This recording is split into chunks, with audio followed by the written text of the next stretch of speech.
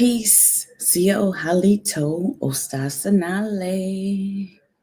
So, peace to everyone that is tuning in. You're going to tune in later. You tuning in live. I appreciate you. I'm still doing specials, the residue specials, all November. So October and November, I've been doing these specials, right? All right. The season of the ancestors, the day of the dead, the day of the ancestors, the feast of the ancestors, the celebration of the ancestors. I've been doing it all October and November. November is American Indian Heritage Month. October was basically Hoodoo Month, all right? Hoodoo deals with herbs and roots and the spirituality of our ancestors, that gumbo pot of herbs and roots used to heal our people. So I'm doing all these specials, y'all. All right. This is RRJXI tips. I give herbal and spiritual tips. All right. If you're new to my channel, you're going to get a gumbo pot of spirituality. SpiritStrology, that's my shit. I am the ancestral shapeshifter. So today, we're going to travel, especially the Itsamaya. Y'all know that they travel to the southeast. So the southeastern tribes have Itsamayan blood, right? That's already been proven, all right?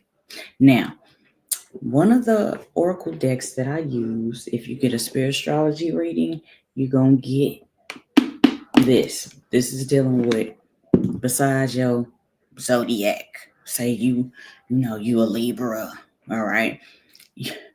In other American Indian SpiritStrology, you're going to be something else.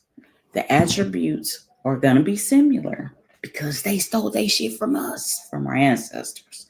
But I'm going to go over this and how these are patterned after the codices, the codexes. All right. We're going to go over that. And I went to the museum. I'm going to share some pictures and videos, how they broke down the different codexes. Those are like the hieroglyphs, the picture glyphs, right? So another book that we're going to be delving into is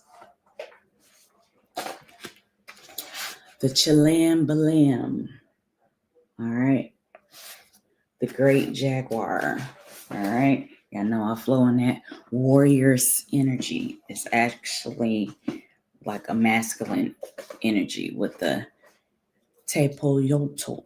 All right. One of mine in Mesoamerican is Tezcatlipoca, the smoking mirror. So y'all can look up Tezcatlipoca. That's one of my guides in Mesoamerican astrology. You don't want to fuck with me. So we're going to go over this. We're going to show how this is all related. This is, all right. And the Mardi Gras Indians actually tapped into their ancestral DNA and start making their regalia like their ancestors. So we're going to go over a couple things, but I have an oracle deck that is patterned after the codexes. And I just went to the museum. I'm going to start that little slideshow, and then we're going to dive deep. All right, we're going to dive deep. What is your Mesoamerican astrology? What is your animal spirit? Y'all know I deal with the spiritual medicine of the animal and bird spirits, right? So if you're new to my channel, buckle the fuck up. All right. So it's still Fet Gede and Dio de los Muertos. All right. Let's travel a little bit to the Itzamaya and the Toltec. They kept all the knowledge, the spiritual knowledge alive. All right. So that's why it's the Toltec. So let's delve in. All right. I'm going to share my screen a little bit. Thank y'all for tuning in. Peace to everybody that's tuning in. I appreciate y'all.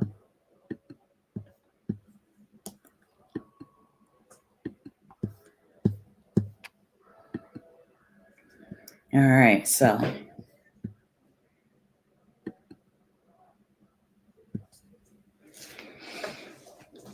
I got the map. That's me and my friend. Shout out to her. All right. And this is just a little preview of some of the things we saw at the museum. All right. Tree of Life. All right. The Tree of Life, the Earth realm. We have the spiritual realm, the Earth realm, and the underworld. If y'all go back to my previous videos from the past, I talk about that a lot. The three major realms. Like right here, let's look at this. Let's see if I can make this bigger. All right. So they're talking about the different codexes, and this deck delves into the different codexes. All right. And I'm going to just, like water. This is one of mine too. So water, this is patterned after the Codex. All right. So when I do readings, I don't just pull cards. I tap into the spiritual realm, and I tap into our ancestors, their writings that they left for us, the pictures, the visuals that they left for us to tap into, to know what it is.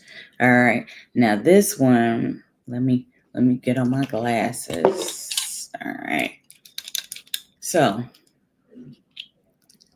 these are this is the imagery found on the Codex of Laud near Las Obras. All right. So this one, I have this one right here. This is Tlaloc. We're going to get Tlaloc out. All right. Tlaloc is the spirit of rain. All right. Tlaloc is the spirit of rain. And I do have the ancient calendar over here too. So when you get in a SpiritStrology, a spirit astrology from the various bloodlines that I come from, you're going to get a gumbo pot. All right. I'm going to pull up Tlaloc.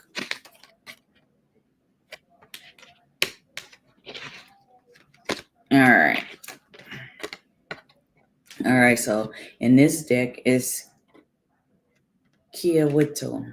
All right. I don't know if y'all can see it. Kiawito. Y'all see? Yeah. The oracle decks that I work with, they have some ancestral truths. You know, and then since we are dealing with the Day of the Dead, the ancestors, we're going to deal with this one. All right. We're going to deal with this. Metlentecutli. We're going to deal with this today since we're dealing with the Day of the Dead. All right. The Feast of the Dead. And we're going to deal with Xolotl, the underworld, the dark side.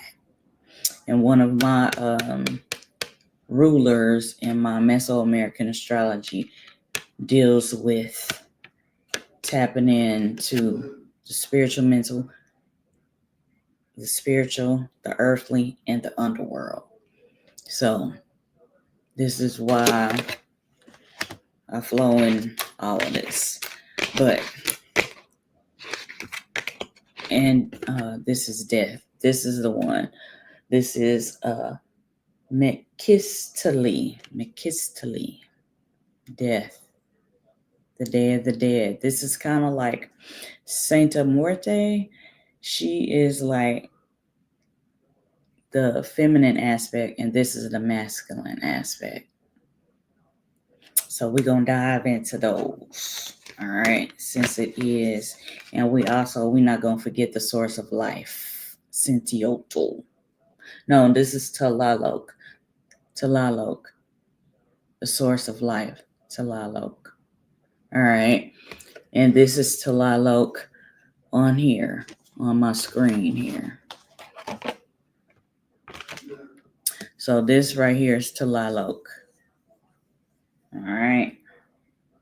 And I'll just read something about Tlaloc, and then we can go to the next. Because they short videos, but they show the codexes. All right. And I love this type of, I love it. It's awesome knowledge that can help you in your daily life. Y'all remember back in the day when they used to have like horoscopes in the paper? That's for us OGs, triple OGs. They had the horoscopes in the paper. Our ancestors left this for us. They left this for us to tap into. They preserved the knowledge. So we got the source. And I'm pulling up Tlaloc. Peace to everybody in the chat. Peace to everybody in the chat. Hope y'all doing all right.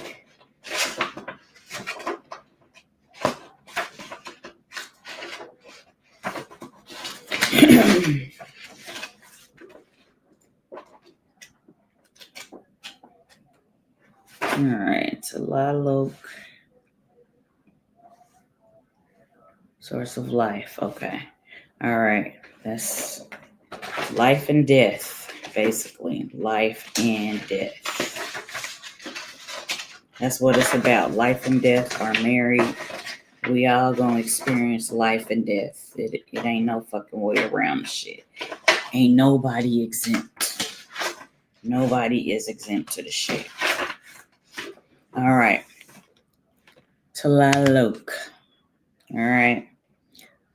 Tlaloc is basically dealing with the source, the creator, creatress of all things. That's what Tlaloc is. The source of life, the highest. All right. Also brings rain for cleansing and purification. Manifestations of the power of water, the bringer of life. Just like when you're in an amniotic sac full of that elixir of water that brings life, it houses you in that portal to life. It's kind of like a cocoon a little bit, but the life-giving waters are inside of there. All right, so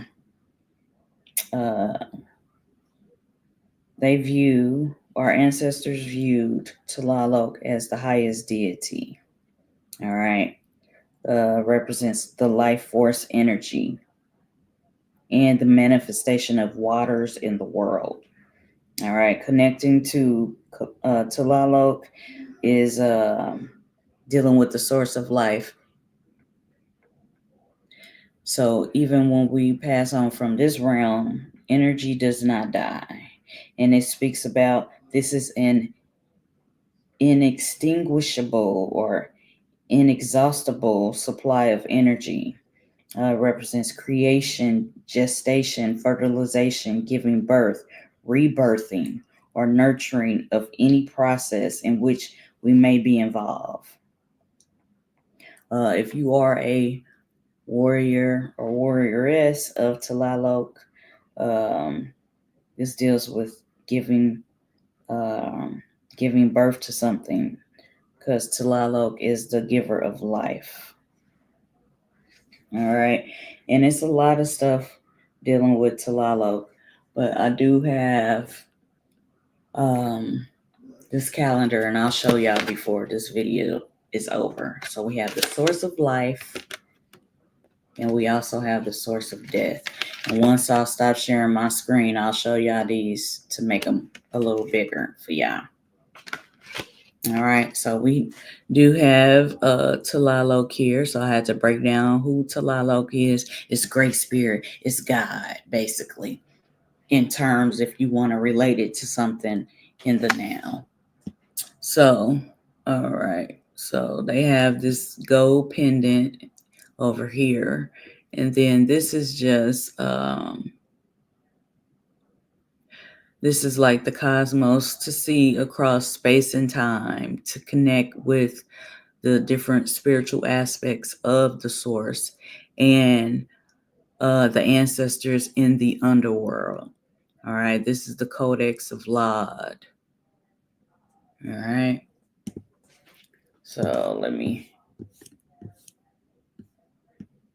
make this a little smaller.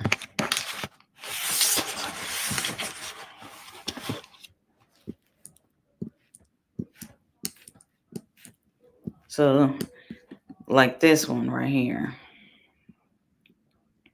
This one is dealing with Tlaloc, all right, with the blue circle around his eye and the calendar glyphs. And behind him sprouts a maize plant, maize. This is before corn, y'all. So we dealing with Tlaloc. All right. This is dealing with the sprouting of maize. Also, Sentiotl deals with maize. Okay.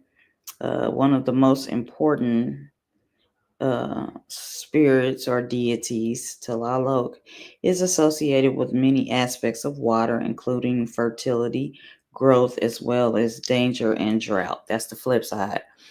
In our ancestor spirituality, they knew that it was a balance. It's light and dark. It's feminine and masculine. It's all these, like the marriage of opposites. Like life and death is a marriage of opposites. So y'all see a version of Tlaloc right here. And it's sideways, but y'all get the gist of it. All right, I gotta make this smaller when I'm at.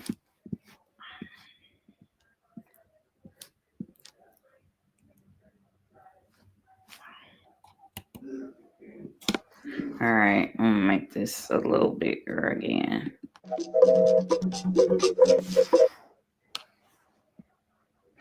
So they're just showing the map. And this is one of the they call it a pyramid, but it's a stone mound of the sun. Okay, you have one of the sun and of the moon. I have went to Chichen Itza. If y'all new to my channel, y'all know that I went to Chichen Itza in the Yucatan, the Yucatec Maya. I went there, and we can go over those later. But this is us viewing the things at the museum. So deals with the cosmos, astrology. This is why our ancestors, they built these mounds to deal with the things that happen in the spiritual realm in the heavens, right? They built it to deal with the astrology. They called it cosmology, but they called it an observatory, but in their tongue. An observatory is where you look at the heavenly bodies, the planets and the stars, and how their energy affects us here on the earth realm. So when you were born, there was a certain alignment. The planets were aligned a certain way.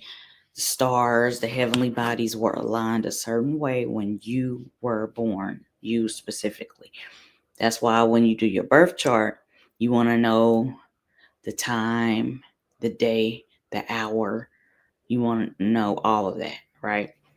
So the heavenly bodies were aligned for you, and you do have some of those energies. You are affected by those energies.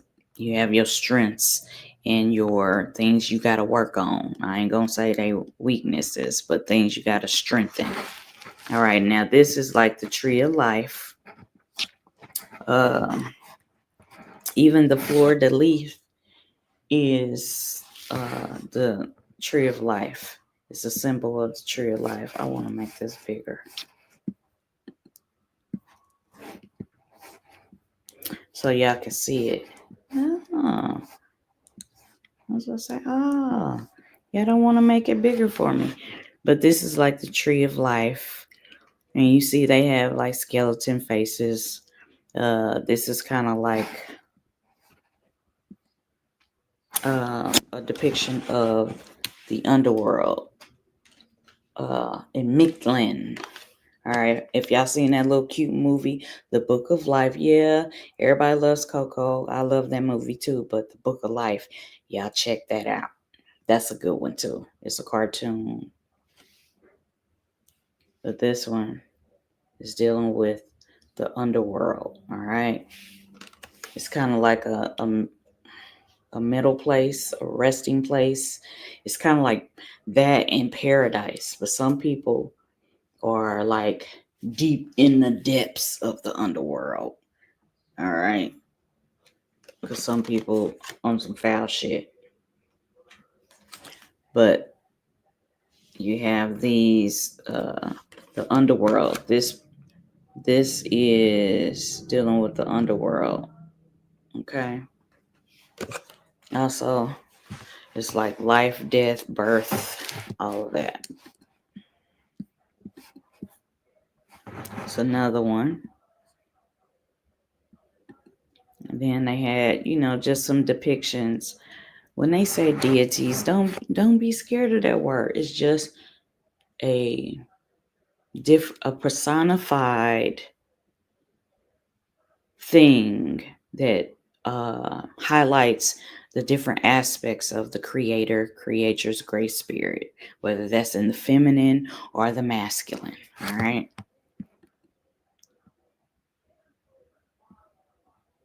That's another one. And this is Tlaloc is right here.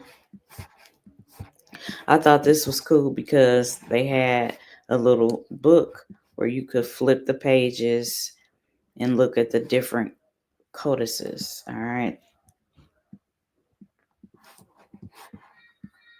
Yeah, it's awesome.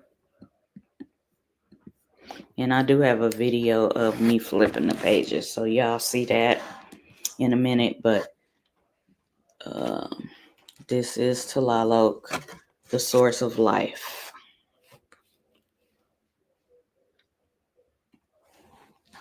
All right, and I got that azul, that blue. All right, so basically this is where I stopped it before. All right, so right here is a depiction of Tlaloc. They also call Tlaloc a rain deity. All right, dealing with cleansing and purification. All right, and this is a black obsidian mirror. And I showed y'all the black obsidian mirror earlier, the smoked mirror, Tezcatlipoca.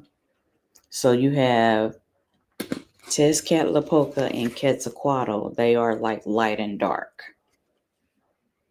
So it's the balance, the marriage of light and dark, the marriage of life and death. So, and this is an eagle pendant. This one was in Costa Rica. They found this one in the Valley of Mexico and the Central Highlands in Mexico. And this is Toltec. Remember, I said the Toltec preserved the knowledge. They preserved it. And that's one of mine on there. But yes, they preserved the spiritual knowledge. All right.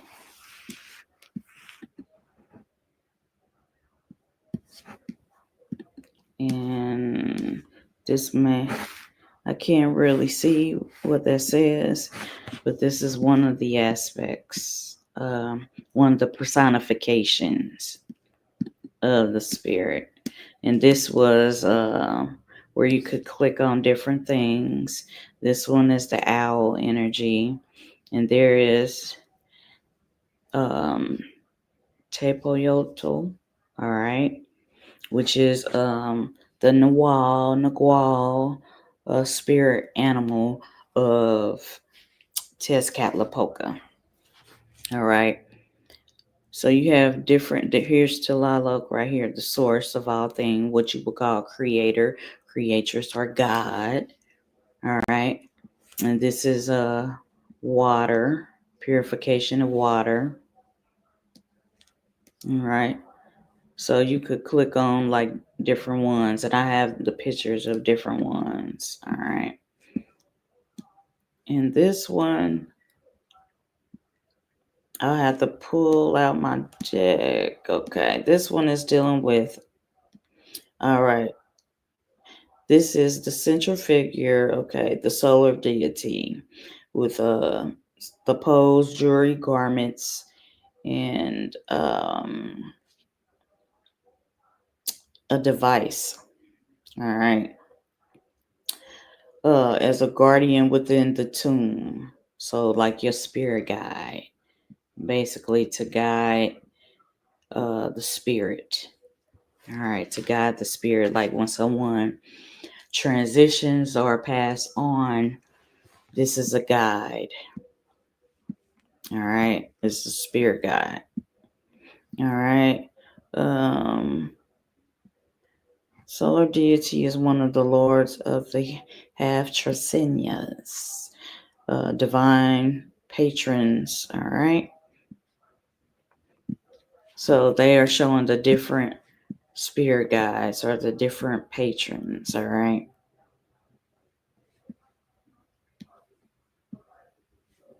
And all these symbols mean something. And we could go into those on a video where we're going deeper. But this is like an introduction. It's Tlaloc, a good picture of Tlaloc. We showed the source. And that looks like the lizard. The lizard is usually present like as a guide. And they have all the different ones because Tlaloc is the source. So everything else is like a different aspect of the different attributes of Tlaloc, or Great Spirit, Creator, Creatress. All right. Yeah, and I showed y'all this earlier.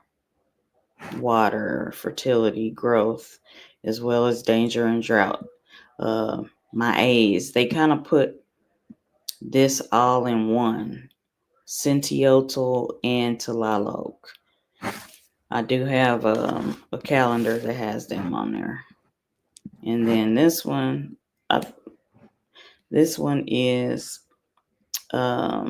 this man has turned his back on the woman, and between them is a scorpion. This detail foretells conflict for a couple whose calendar names have numbers. It adds up to 14. The calendar names are assigned to individuals based on their date of birth. So this is dealing with the astrology. So a part of my SpiritStrology, if I do your SpiritStrology reading, I use some of these elements and different tribal elements from the Americas, whether that's North America, Central America, and South America, because my ancient ancestors came from all of those places and more. So this is why y'all know me as the ancestral shapeshifter. All right, so this is just like couple problems. I mean, they show you have couple problems and solutions, okay? When you're getting along, when you ain't getting along. But it's always the feminine and the masculine, light and dark, the marriage of these things, because life is just not all light all the fucking time. Life is not all dark all the fucking time. There's a mixture. All right.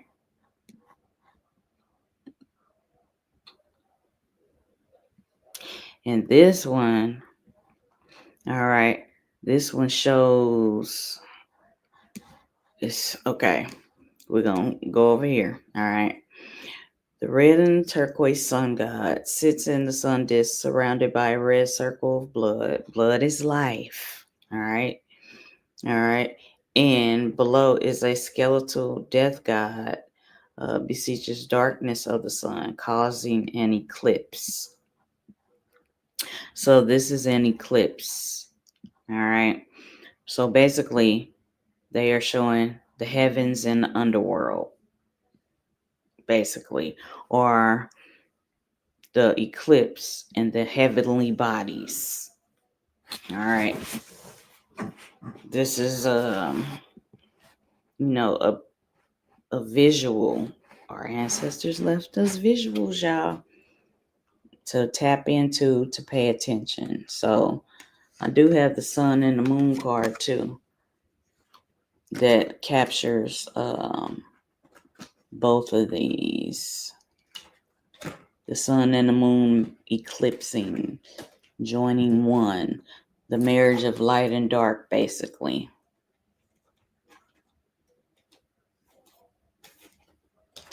The marriage of light and dark. Good and evil. Or indifferent, in the middle, neutral type thing.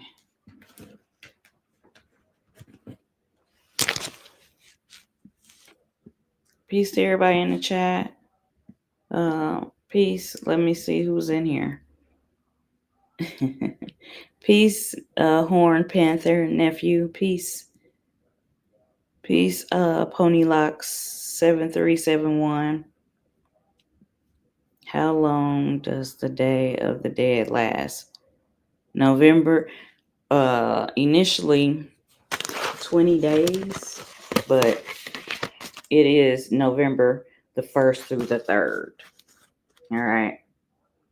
No, it's not just November 1st, Ponylocks.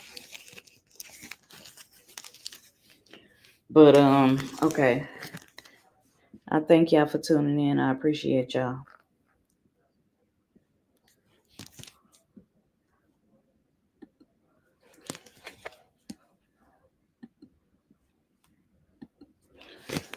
All right, I'm getting this card. Okay, with the sun and the moon.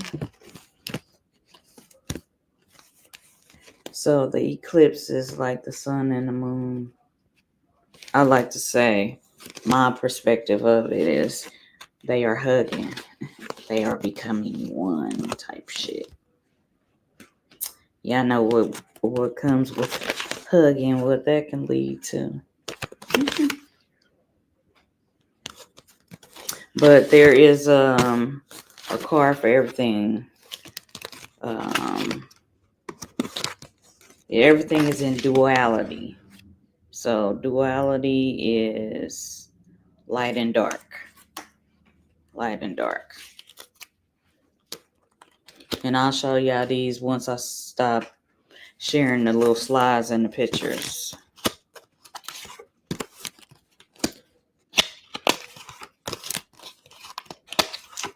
Okay, so we got the sun, and I do have the moon card over here somewhere. And I was telling you about the lizard. It usually accompanies the spiritualists when they doing something, a spiritual act, doing some kind of spiritual act. So we got the Lord of Light and the Lord of Darkness. All right, so this is the sun and the moon. And it's patterned after these codices. This is the sun. And then this is the moon.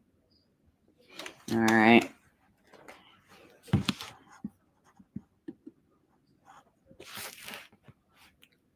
Okay, there's a better picture, bigger picture.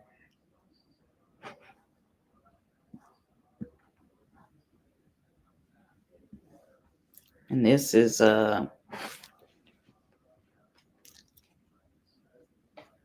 death, basically. The aspect of death and sacrifice. They did sacrifice their enemies and took out their fucking hearts.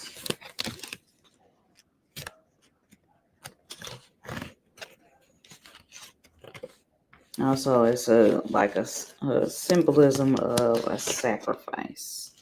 But this is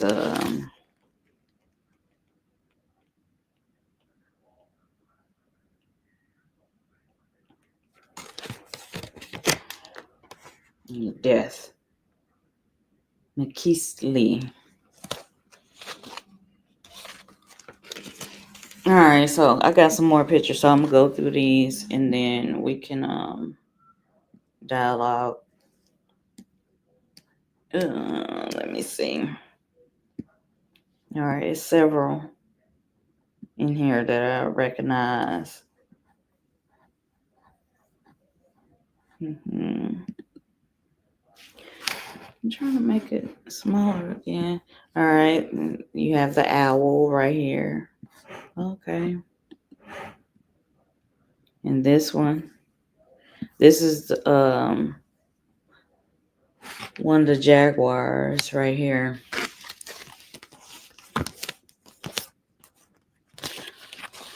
Ocelotl. Down there. This is where my my logo comes from. And this is the sacred knife. The flint, the knife. Used for cutting things and sacrifices, etc. The two edges, the two-edged sword type of energy. This is the wind.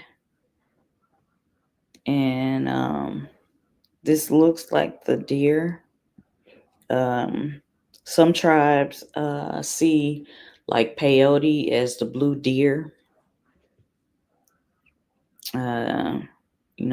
You take peyote to tap into the spiritual realm, whether that's you go into the higher realm or the lower realms, the underworld.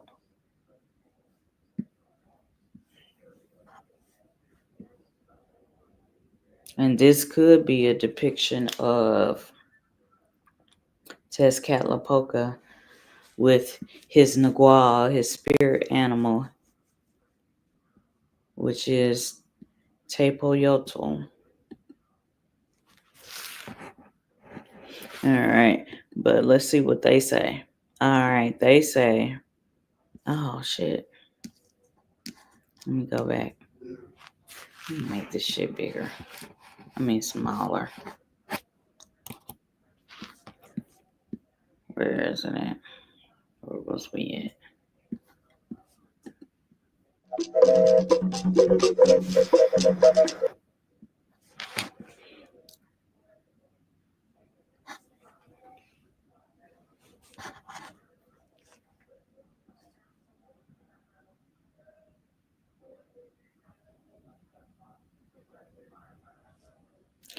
And I can't even see where we were.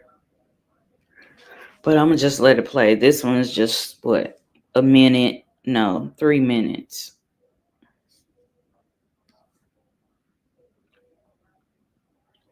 So this was us at the museum for the Day of the Dead celebration. Live Oak, the source.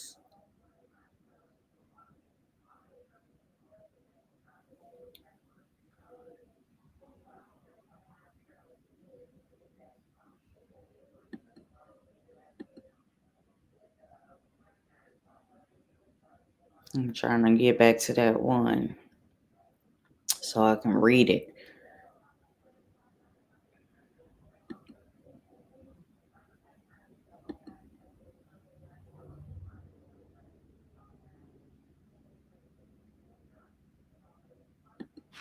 All right.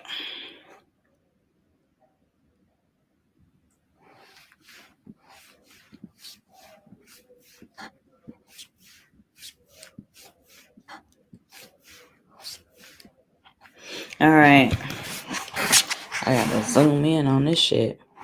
All right. It says the sun god rides the blue alligator. A solar halo of light glows before him. Red behind him sits a puma. So now, in different parts of Central and South America, they will say jaguar or they will say puma. All right. Let me see. All right. A puma. Pumas, jaguars were important symbols of power who played a role of royal rituals. They played a powerful role in royal rituals. This god is one of the lords of the Tricenia. All right, they have Tricinias, divine patrons. See, they kind of just give you an overview because they know everybody that's going to the museum, they not, I guess they making it plain and they breaking it down. They're simplifying it so you can understand. Okay, now this, I wonder, are they gonna have the explanation on this one? Because this one is death. Death or the ancestors. So you have Melancholy, death, and the place of the dead is Mictlan. All right, you have the underworld Xolotl. Xolotl is okay, and then this is Mekistali.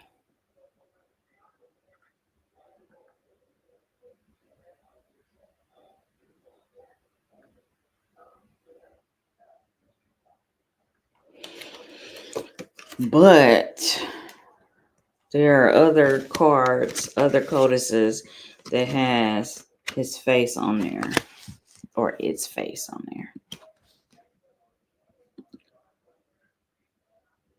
But it's like he's making an offering. He is making an offering, pouring something. And he got a guide with him. And then these symbols mean something too. That looks like the eagle and the serpent. Okay, the skeletal god kneels. Oh shit.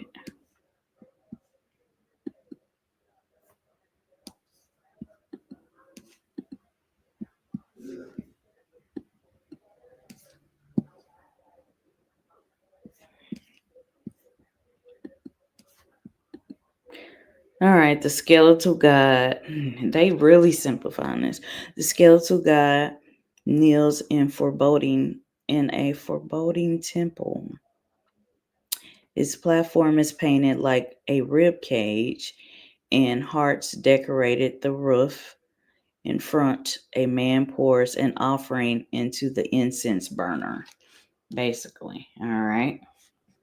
An offering. You light incense around this time, and you light candles around this time. So,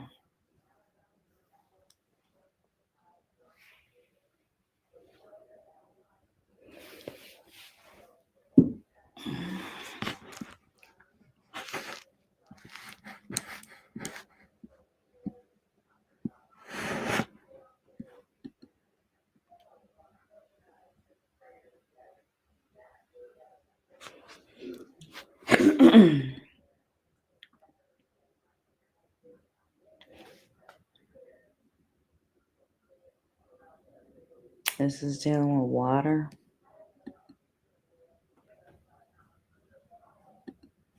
All right, this is, okay.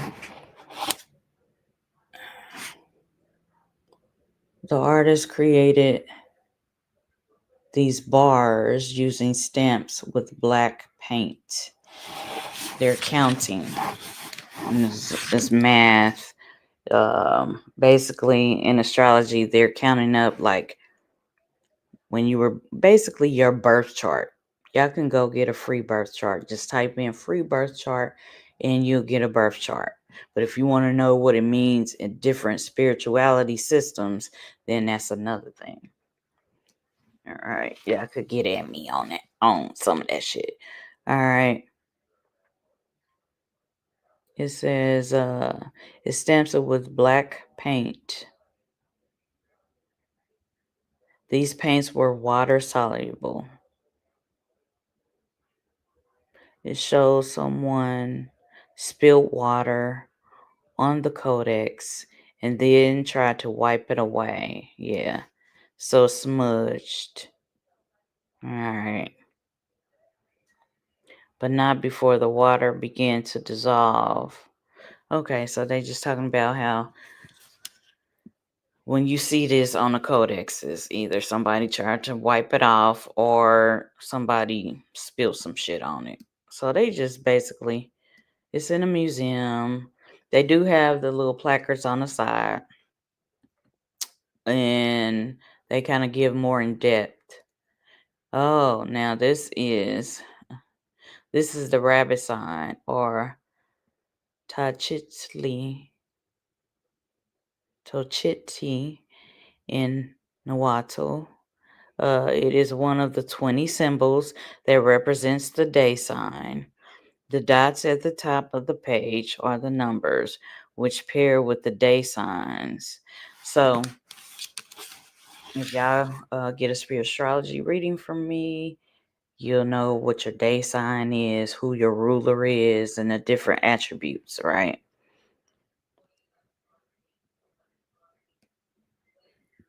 But he's sitting before death, or Sainte Muerte.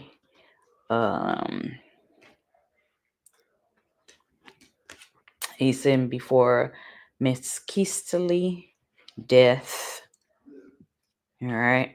And it's exactly how this codex is right here. He's sitting right across.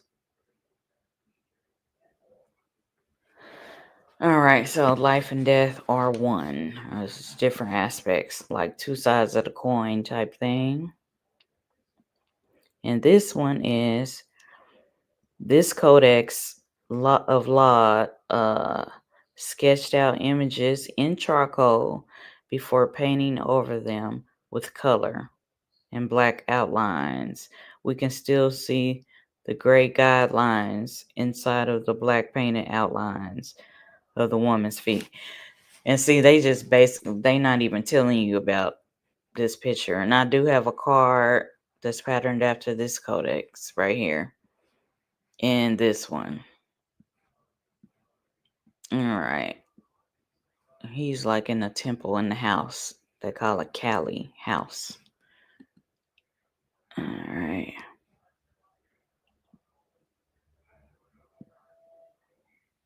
This is like the movement of your different aspects of yourself, like your spiritual, mental, and physical body. All right, now this is the maze guide. It's shown with gold pattern maze. This predates corn, so maize or maize, cob sprouting from his head. So this is like Sentiotl, the god of maize. All right. An essential part of the Mesoamerican diet, maize and its growth cycle also held religious significance. The god appears throughout the exhibition and can represent fertility and abundance. So, Sentiotl does represent fertility and abundance. All right. Yep, it's part of the half Tracinia's divine patrons. All right.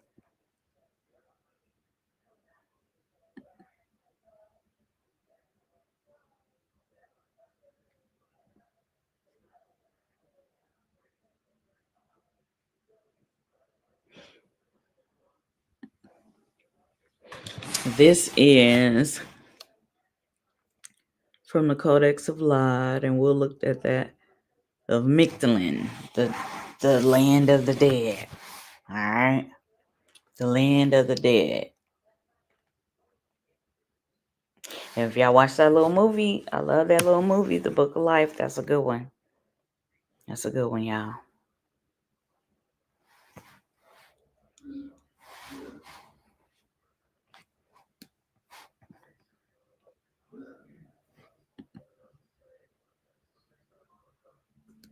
I like this too because, oh shit, it shows the different aspects.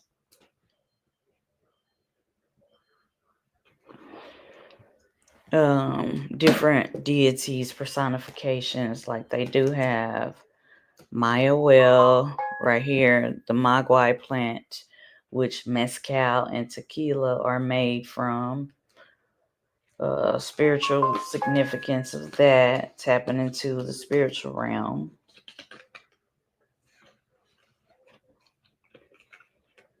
In that other picture, I have to go back to it, but we can go over that and later. All right. I ain't trying to be on here that long, but I will try to do an hour. But the deity that they showing is Mayawel, which is the herb from the Mayawel plant. All right. Mali Nali, the herb. So this one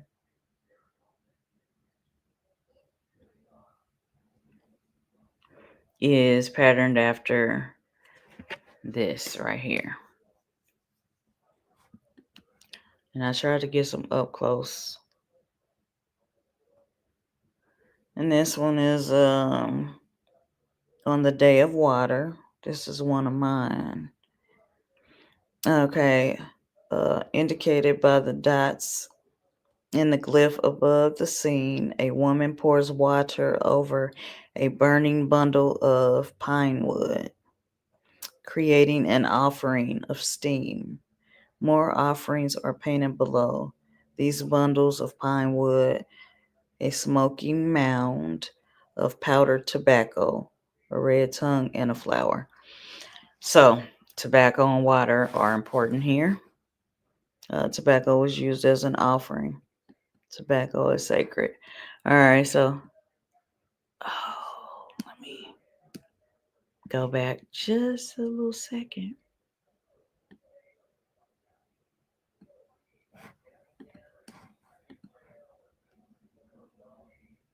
Because I'm going to see if I can read that shit. It's kind of little.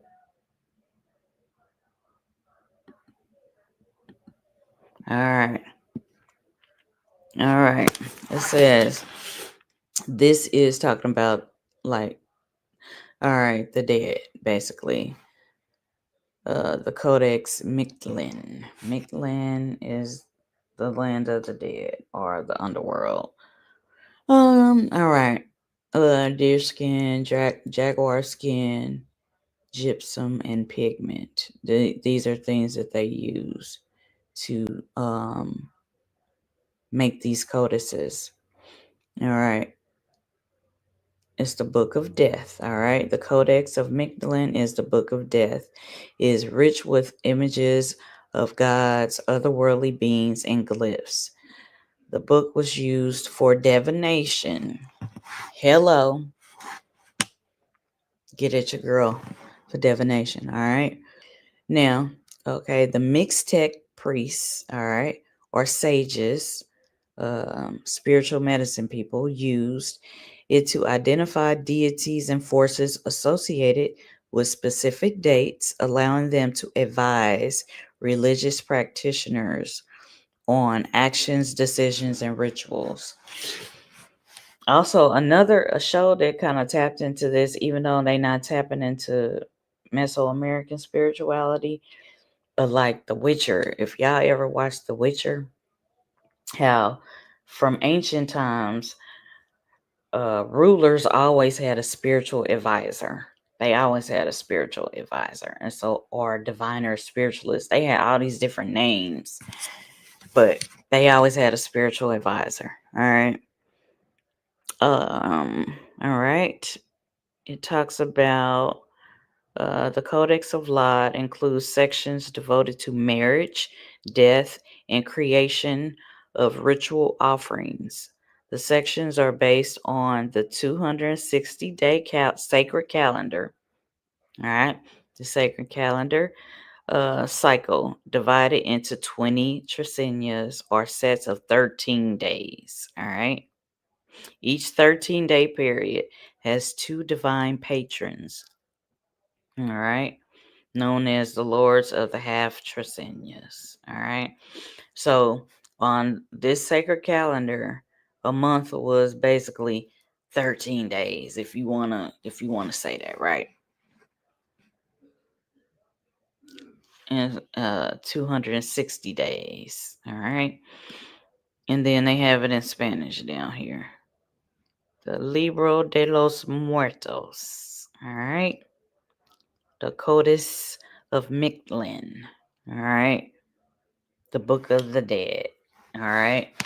Other spirituality systems have the coming forth by day and night, the Book of the Dead for our cousins of Akbulan. They have the Book of the Dead. And in Mesoamerica, they have the Book of the Dead. All right. Oh shit! I did that really fast. Fuck. All right. It cut off on there. Did it cut off? Let's see.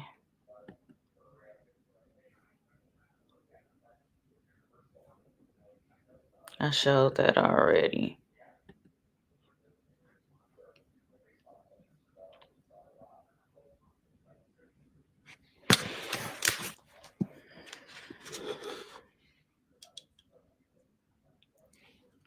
I think I did another video after this one.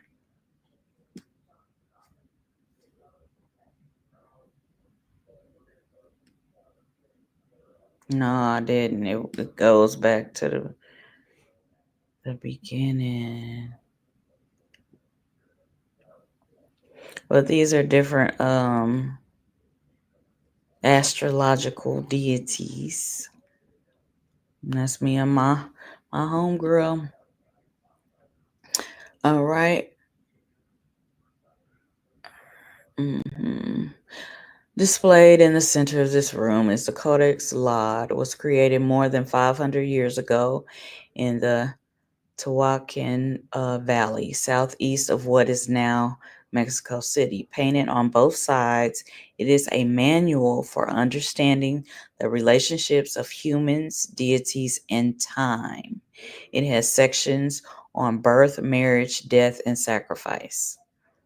By 1636, the Codex Lod was owned by William Laud, the Anglican Archbishop of Canterbury, blah, blah, blah, as a part of his collection of books and objects throughout the world. Laud later donated his collections to the Bodleian Library in the University of Oxford, which loaned the Codex to this exhibition.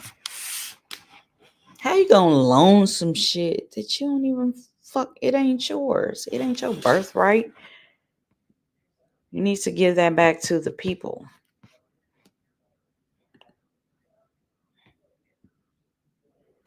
Okay, this is from Guatemala or Mexico. All right, this is a vessel with scribes. Scribes, they wrote down Shit, they kept the knowledge. Like the Toltec, they kept the knowledge. All right, this is from Los Angeles County Museum of Art. An anonymous gift. Codex style cylinder vessel with scribes.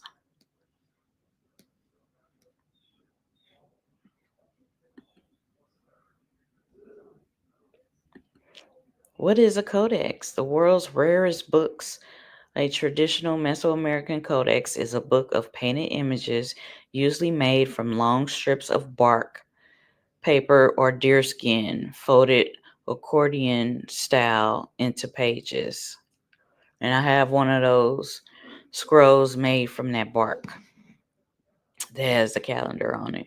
All right, it says painted by the spiritual medicine people. They call them priests and scribes. Is illustrated on the cylinder vessel in the case nearby. These codices recorded specialized information about the heavens, timekeeping, rituals, local histories, and genealogies. What? What? They recorded genealogies on this shit, yeah? All right. Although there are likely thousands of codices in Mesoamerica before the arrival of the Spaniards, these books were systematically collected and destroyed as a part of the efforts to convert the indigenous populations to Christianity. They always trying to convert some people to Christianity. Only about 15 pre-Hispanic codices have survived, so they say. The Codex Lod on view nearby is one of the rare objects. All right, and then they have it in Spanish. So,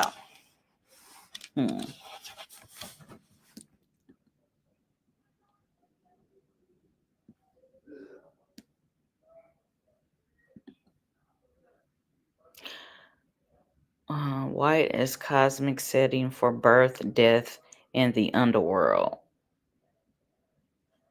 I don't know if I can make that shit bigger, but they have the different items. I think I'm gonna show them. Okay, these are the different items.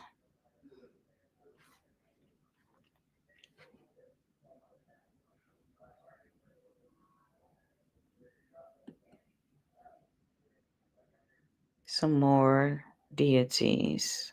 All right. And this was the exhibit we went to at the museum, Painted Worlds, Color and Culture in Mesoamerican Art.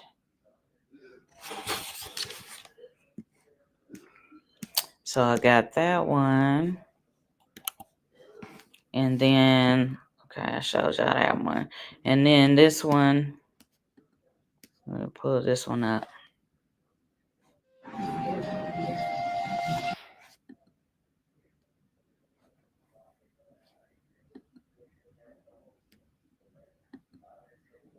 And this is another codex. It's basically pictures, visuals for us.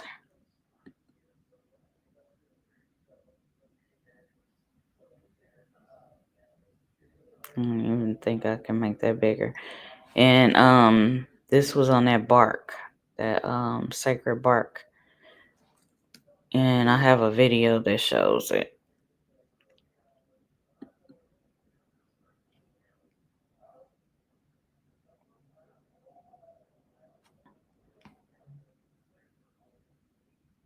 Okay.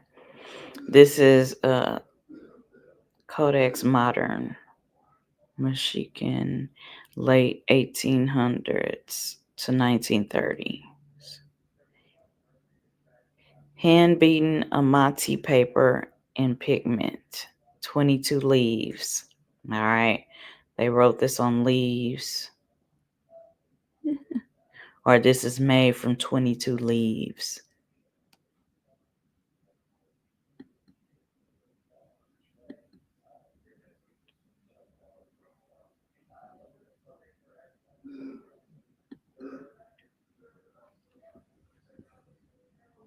Why did it cut it?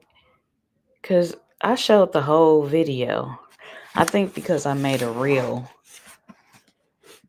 it's doing this. It's kind of cutting them short.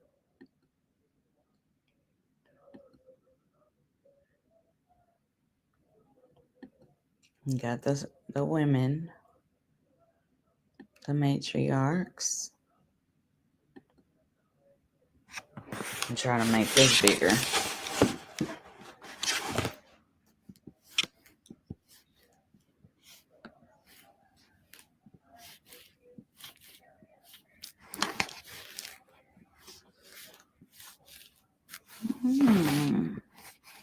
It ain't making it bigger for me. Okay.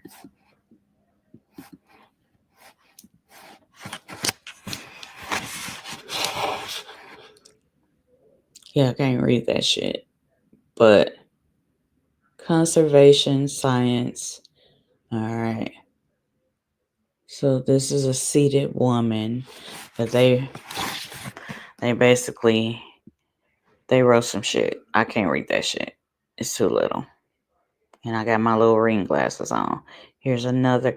This looks like the Chilam Balam book a little bit. But some more deities and aspects of the deity. They also have Kotaku, which is Mother Earth. And then they also have the Virgin de Guadalupe, but there's a deity that predates her, which is the indigenous one, and her name starts with a T. Tayazin, I believe that is her name. I want to see that shit. But they have the indigenous version, and then they have the Virgin Guadalupe.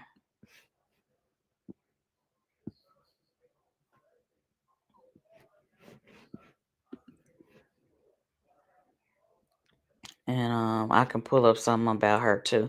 I usually share something about her during the winter solstice, people's Christmas time, when I share videos about the melanated Madonna or the misnomer Black Madonna. And I include the Virgin of Guadalupe, the Urzulis, all the Venus of Willendorf, and all of those.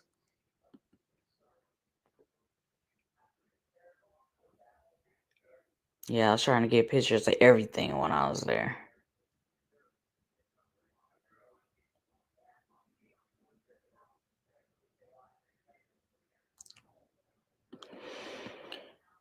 It won't really make it bigger.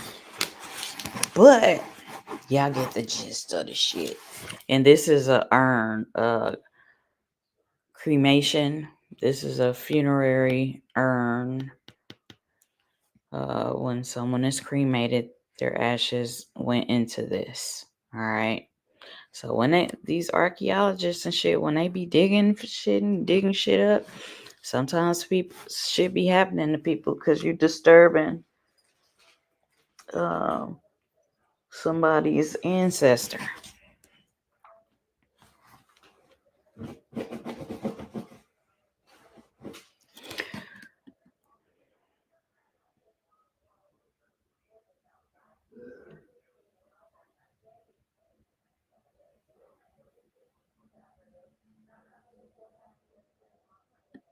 And this is like the dog. This is kind of like, I love how we have parallels to our different cousins throughout the world. But like this dog spirit is like a guide for the dead. All right. This is why you see the little dog skeletal pictures and stuff. So this dog is like Anubis for our melanated cousins from Akbulan. So you have Anubis, and then you have this. They have the hairless dog. I'll have to pull it up. I can't tell you what the name is right now. I don't remember. But this is like a guide in the underworld, or a guide for the dead, just like Anubis is a guide for the dead.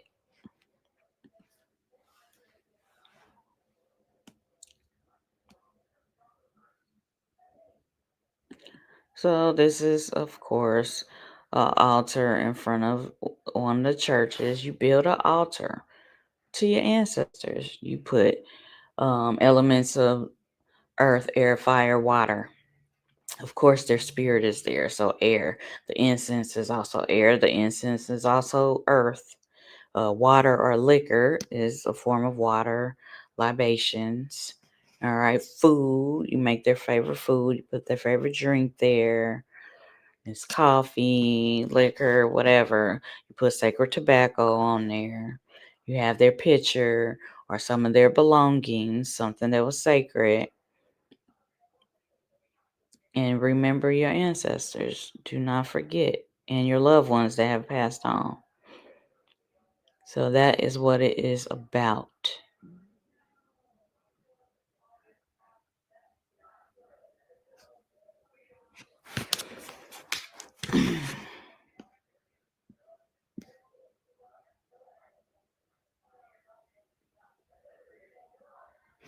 Yeah, I'm gonna have to find that video because they like cut that shit short.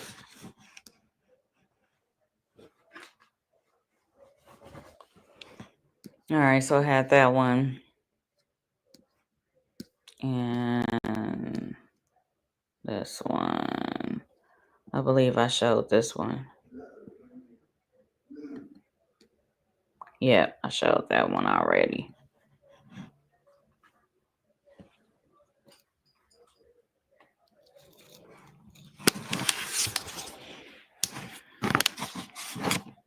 So, and I'll just share the pictures because I did have some pictures too.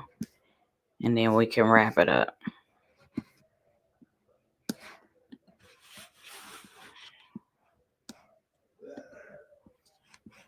Okay, this is one of the codexes. These are the ones that's made on that special bark from that tree, that sacred tree.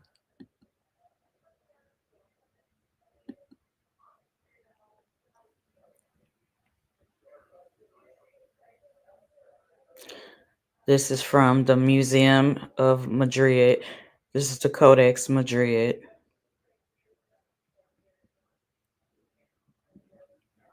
And this is for educational purposes only. I do have to share my disclaimer too. I will do that shortly.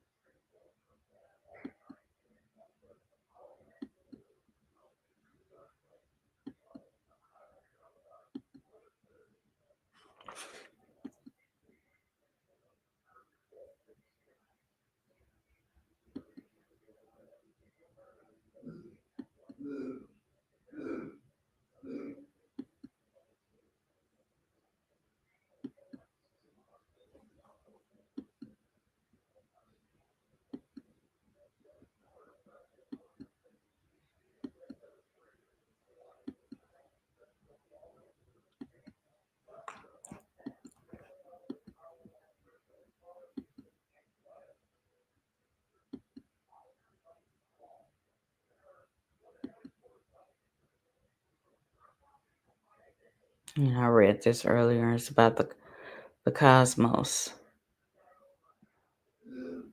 the house, and the body. Did I read this?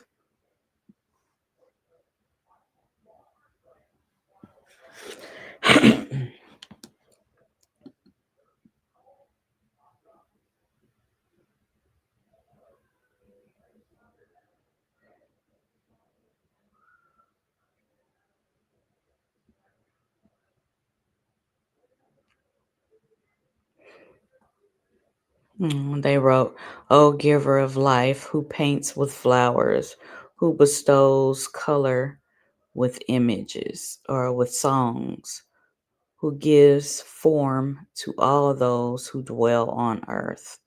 We live here only in your book of paintings." Someone wrote that. So, me and my friend.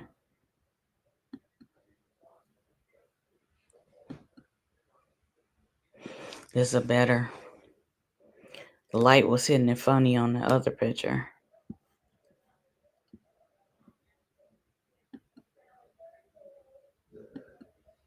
And the little captions say who they are, who they're a depiction of, but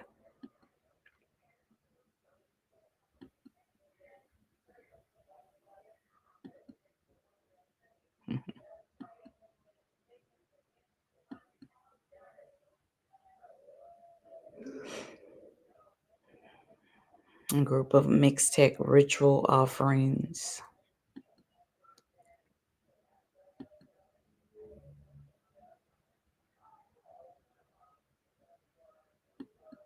Black and red. Ritual bundles and tombs at cave shrines.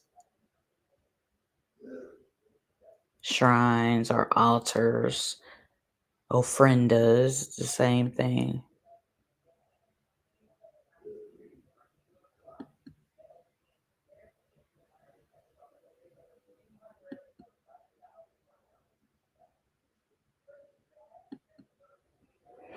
Yeah, this is a standing dog.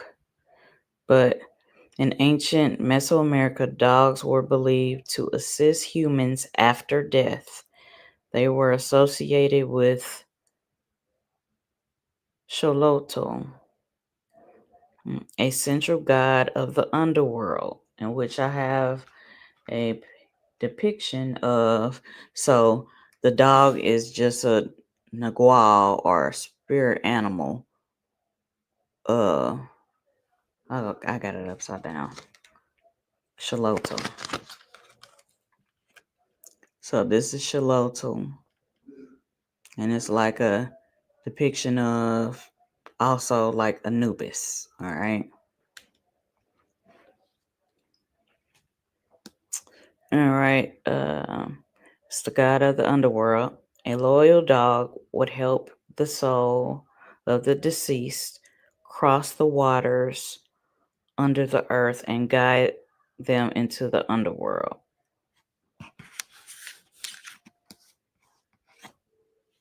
So we do have a lot of similarities with our cousins. Oh, okay. You said it's a dingo. Okay.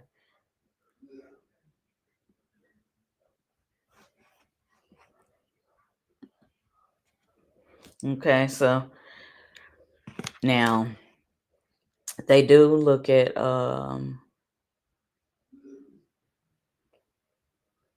Anubis as the golden wolf or the dog.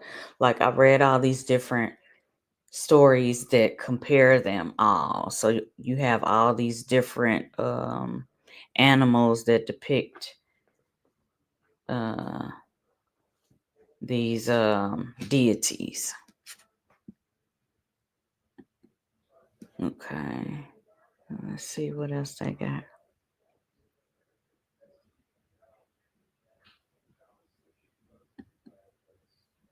Nephew in the building. All right. And that's that urn that when someone is cremated, they put it in this urn.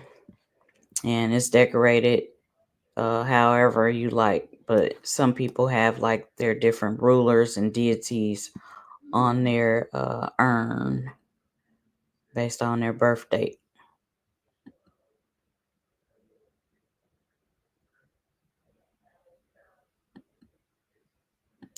The matriarchs, the women, and they do have some pregnant ones too. to represent women being the portal to life, the givers of life.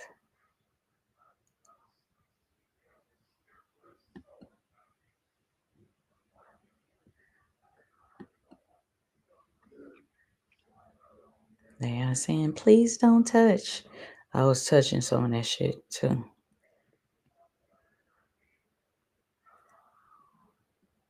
This is from the Codex of Madrid. And I'll briefly pull up some of those. All right.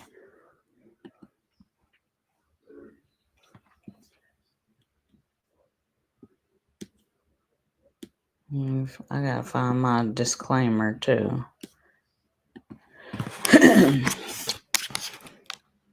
Let me see.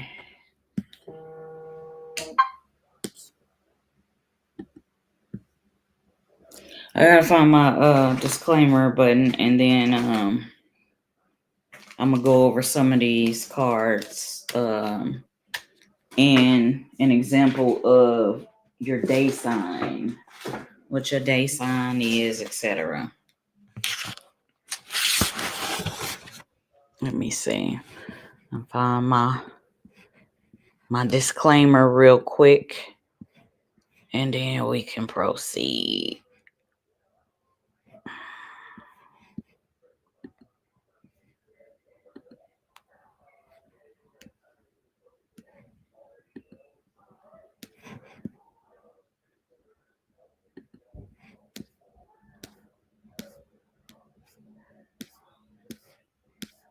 Give me a moment, y'all. All right. I got to share my disclaimer.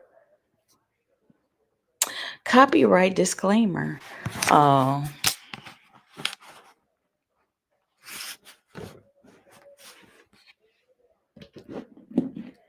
going to just sit that there for a second.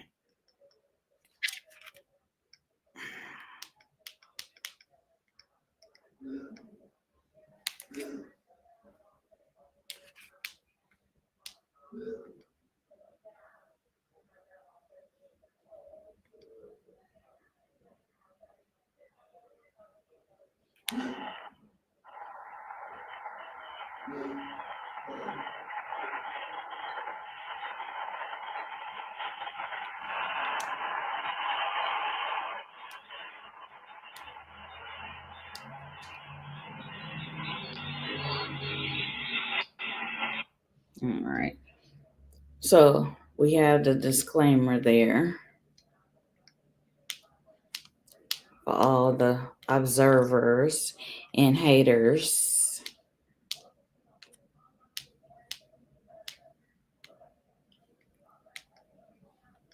All right. I'm going to pull this up. Thank y'all for tuning in with me. And thank you for your patience. I appreciate it. With me. And thank you for your patience. It was saying that I had lost my connection, but no, I didn't lose my connection.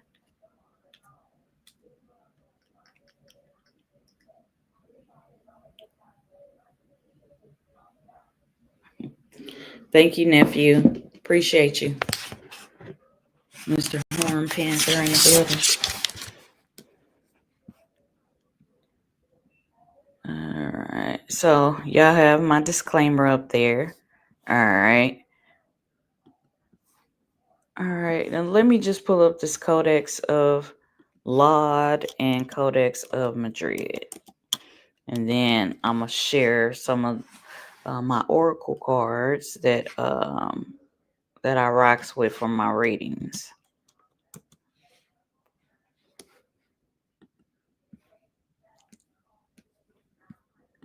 So this is from Oxford, University of Oxford. All right.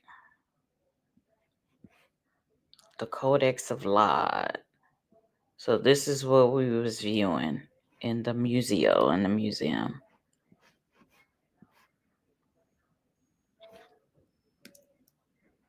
So these things exist.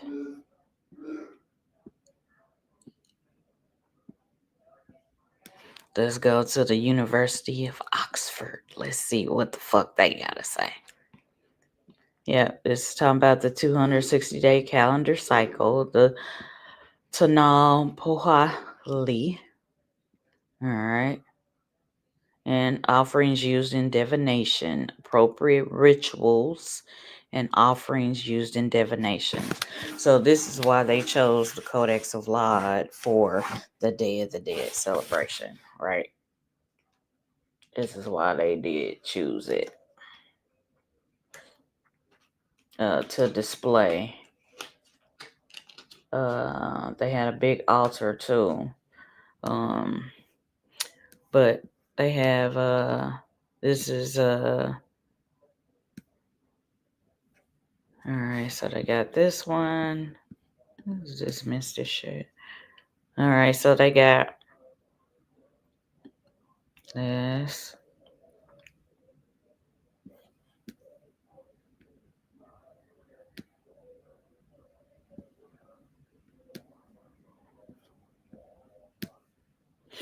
I'm gonna show this one in the Codex of Madrid, but this one, let's see, let's make it bigger. Oh, I don't want to be bigger. Okay. All right. So this is based on the 260-day calendar in which I do these readings. All right. And see how dark they are? Yeah. All right. So they don't really break them down over here on the side. Wait a minute. Let's see. Let's see.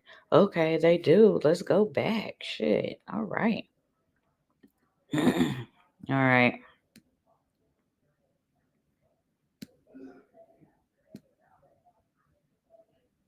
Okay, this manuscript contains pictures of supernatural beings and religious rituals in a 260-day calendrical cycle. Human sacrifice. They did sacrifice their enemies. They did. And yes, some innocent people did get sacrificed. All right, but mainly they cut out the hearts of their fucking enemies. All right, let's see.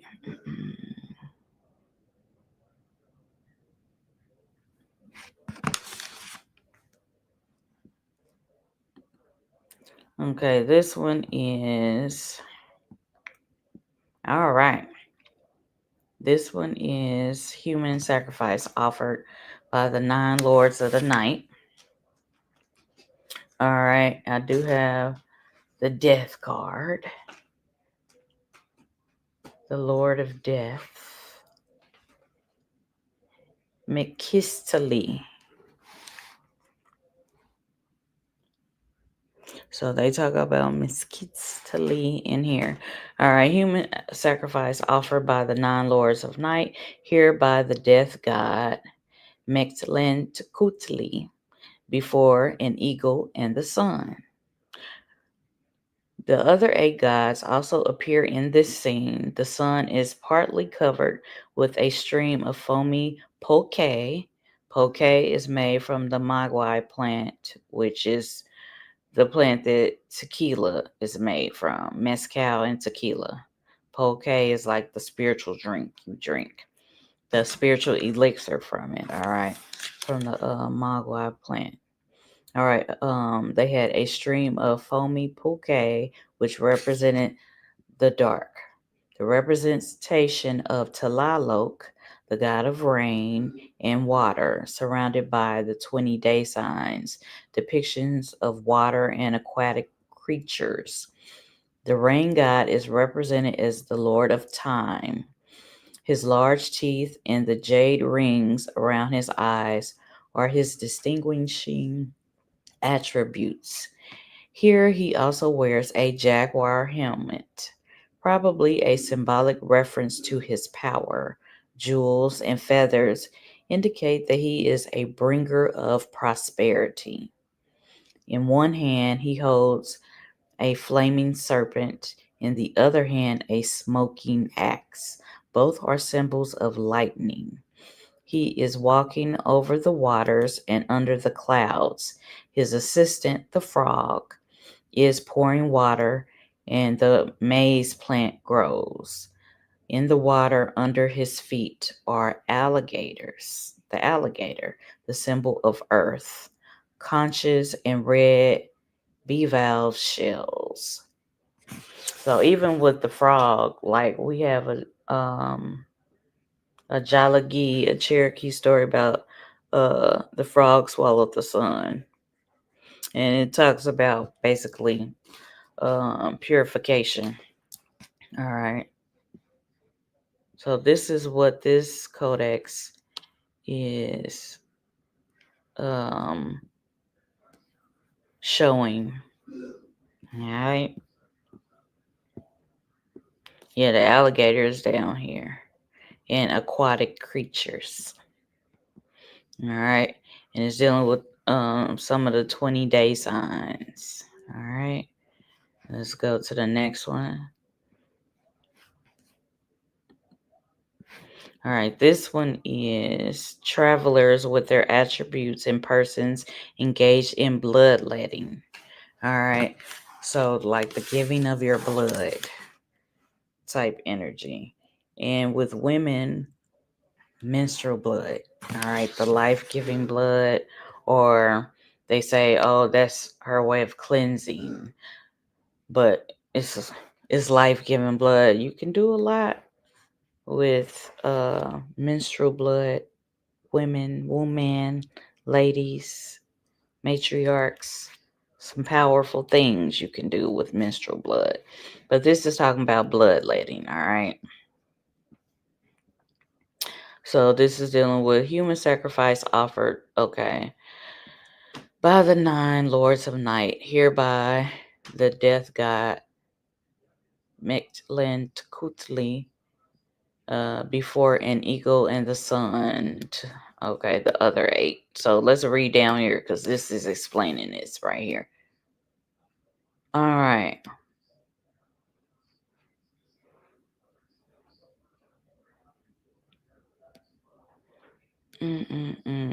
Down here. Right here. Okay. All right. Death and the god of death. Travelers with their attributes and persons engaged in bloodletting. They just keep saying this. 8 deities with day signs and numerals. Death and the god of death. Deities and their day signs. Ceremonial objects or animals. Prognosis for marriage based on their combined calendrical. Oh, okay. Are they just like showing all this shit that's on here? Okay.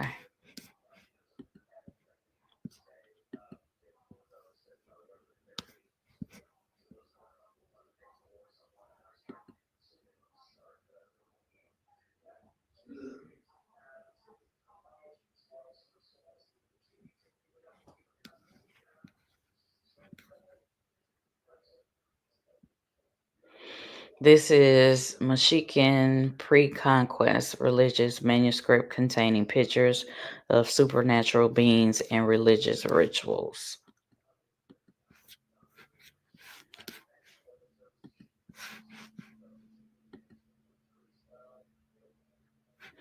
So basically, they did explain the other ones, but it's looking like they are like giving an overview of this, of all of them.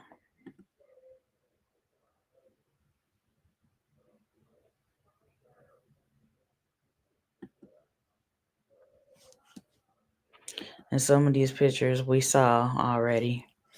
This one is a famous one.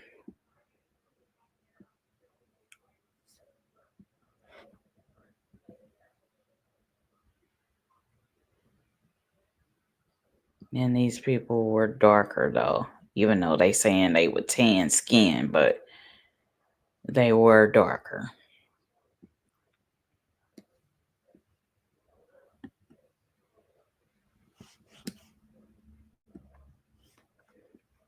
So this is the Codex of Laud, what I just showed y'all in the museum that I went to for the Day of the Dead celebration.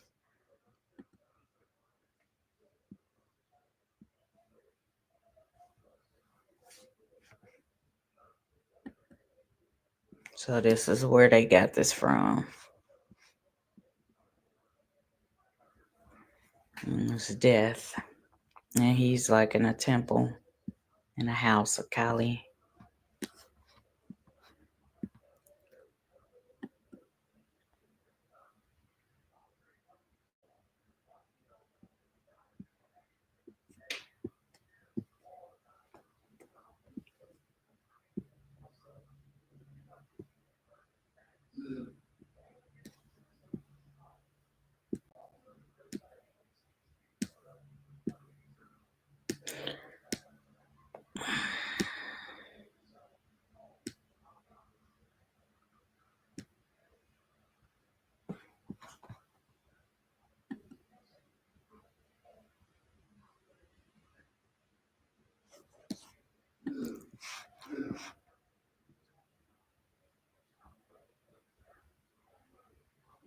So they just basically giving a summary of this. It just says day signs, ceremonial objects are animals and numerals. Prognosis for marriage based on their combined calendrical dates. This is the codex that is tapping into religious manuscript dealing with divinatory and ritual aspects of the native calendar.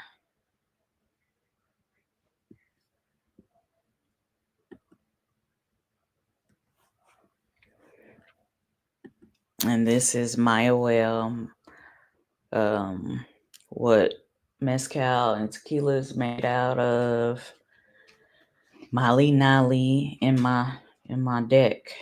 It's Mali Nali, and represents herbs and roots and elixirs that are made from herbs and roots for healing spiritually, mentally, and physically, basically.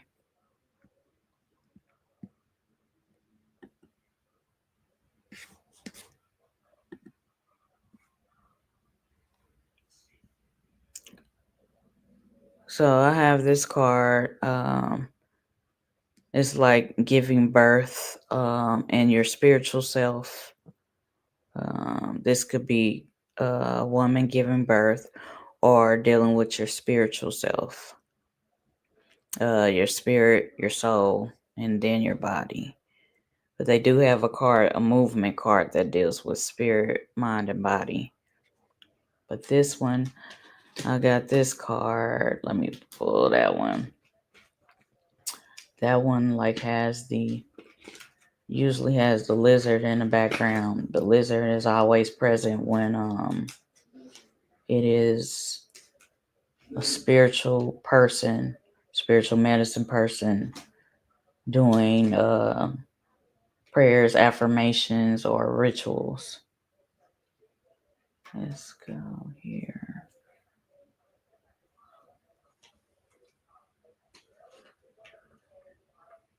And this was the dog one from earlier. I'll show it when I get done with this. I'll show it, but this is the one, the lizard card.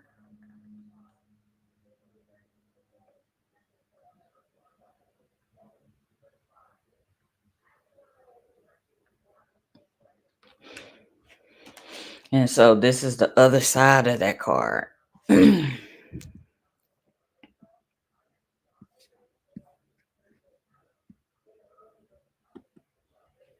He catching a spirit, or he's being captured. One or the other.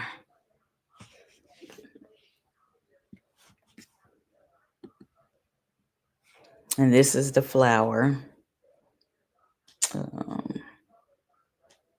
Basically, some things in your life are poison, or they are medicine. Medicine versus poison. Let's see. So these are the different day signs and rulers of the Mesoamerican zodiac.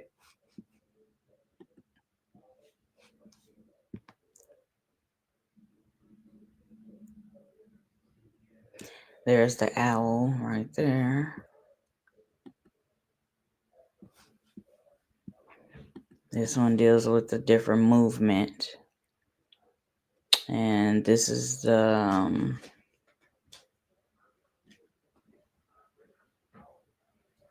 you have a card for all of these. All of them.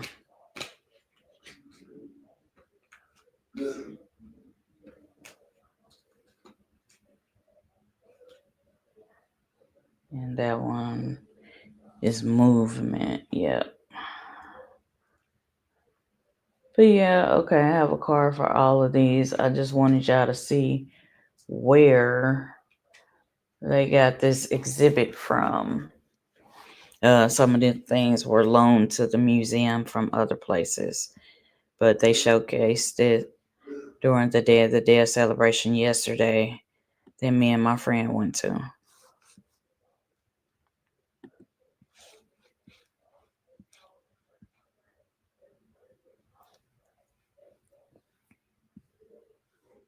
Wind.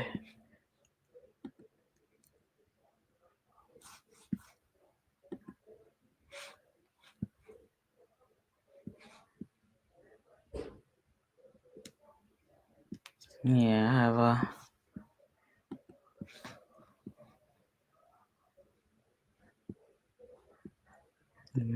bird. So it's always birth, life, rebirth, resurrection. It's a constant cycle.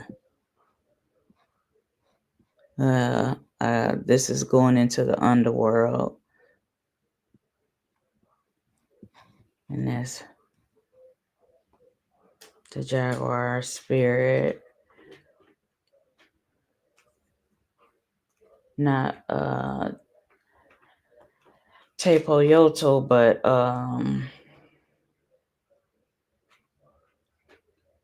Omsioto, I believe.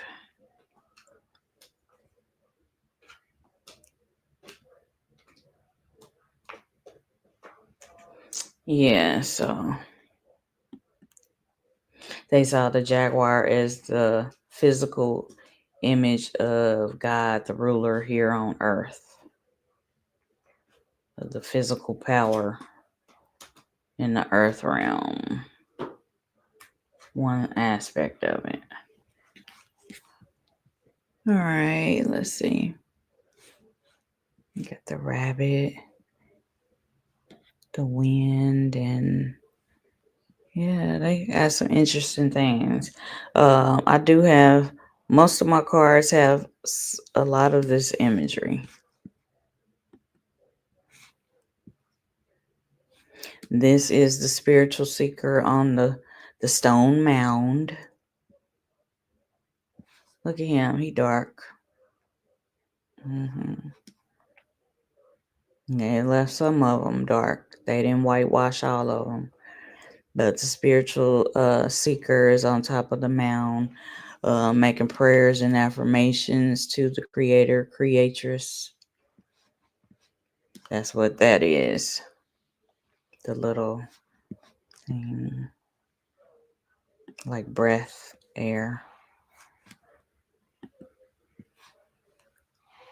This was the marriage one. So about marriage. Yep. So this was the Codex of Laud.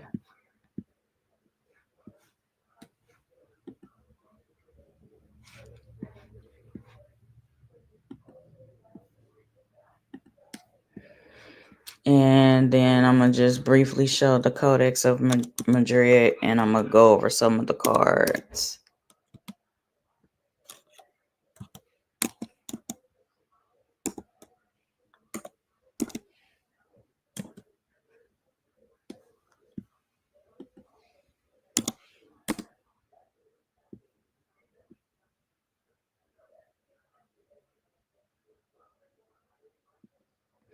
And these were discovered in a biblioteca.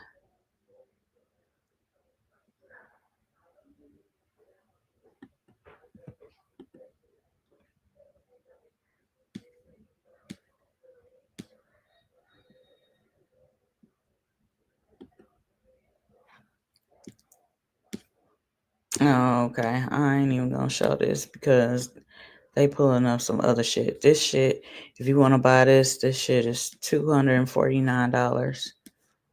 The Codex of Madrid. But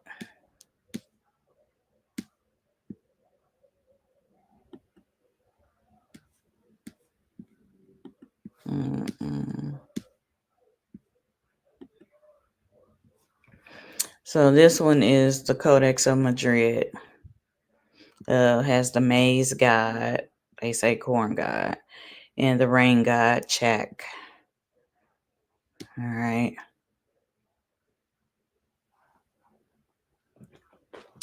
They have that.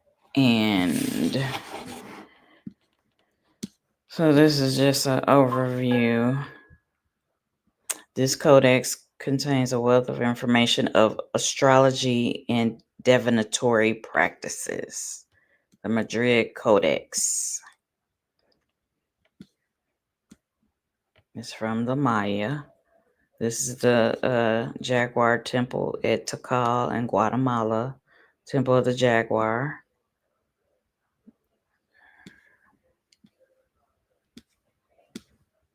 So, this is dealing with the three sisters, also the cassava. Okay, you have the corn, which is maize. Maize is first, and then corn came later. Beans, squash, they call those the three sisters in American Indian when you grow crops. All right, agriculture. They began to build these ceremonial centers where they practiced divination and dealt with writing and agriculture and etc. They even mentioned not only the Maya, but the misnomer, the Olmec. This is from the cities of Tikal, Copan, Bonampak, Dos Pilas, Calakmul, Palenque, and Rio Bec. I like this one. This is one of my favorite ones. Now, they can't deny this. And this looked like the second line right here. The Mardi Gras Indians on the second line. Yeah. And with the head wraps, etc. But this is one of my favorite ones. Bam. So this is where they get some of these. The Codex of Madrid has some of these divinatory and astrology.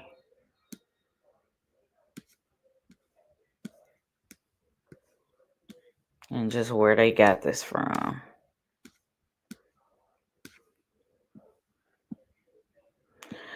Shield Jaguar 2 and Ka'ab al-Shuk. Late classic Maya limestone relief showing a bloodletting ritual performed by.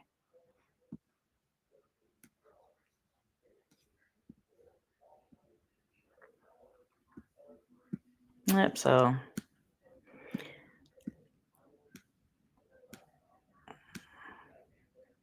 And they do talk about the Yucatec Maya also, in which I've shared videos about the Yucatec Maya and showed the pictures.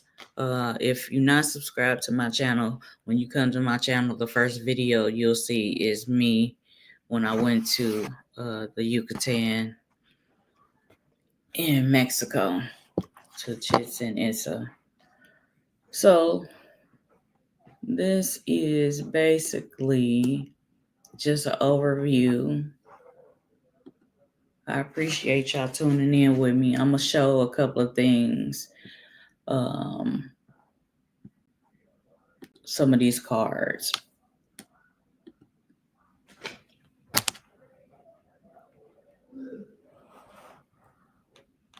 I'm going to show some of these cards.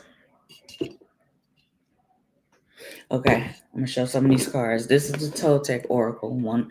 This was like the second Oracle deck that I got, and it's one of my favorites. It's one of my favorites.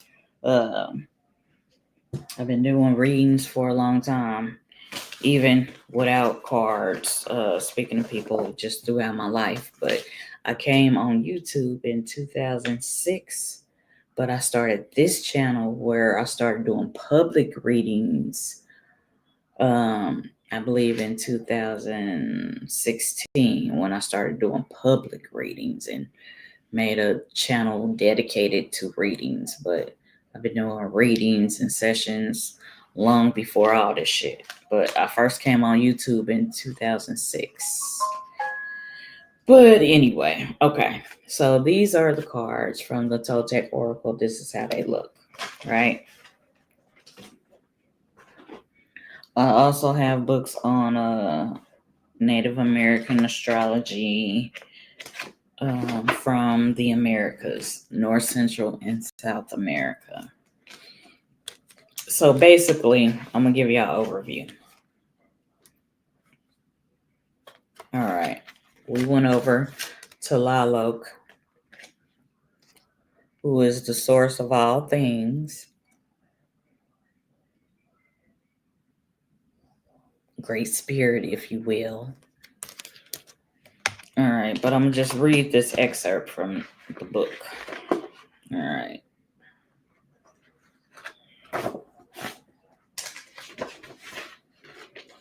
All right, so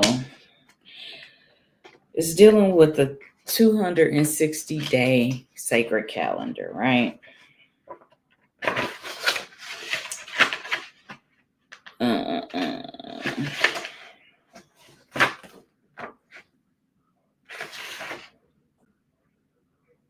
Okay, so the first set of cards is the Tanapohatli.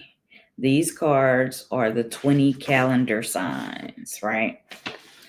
All right, the 20 calendar signs. So I'll get the main ones, and then you have the rulers. The rulers are like basically the deities, Great Spirit, and then the different deities, the personification, and then the sun and the moon. And the deities, they have one, and then we have, I'm going to show the numbers.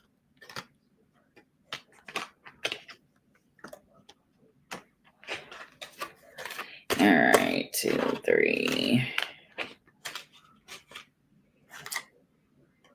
And this was the dog one. And you were saying that one was a dingo. But on here, it's a dog. And this is dealing with being a guide of the human in the underworld. It's Shuintali.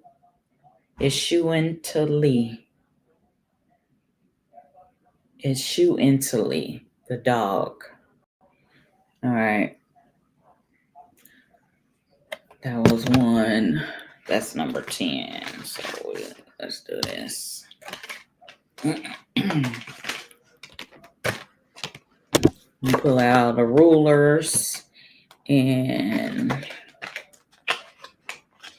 then the day signs.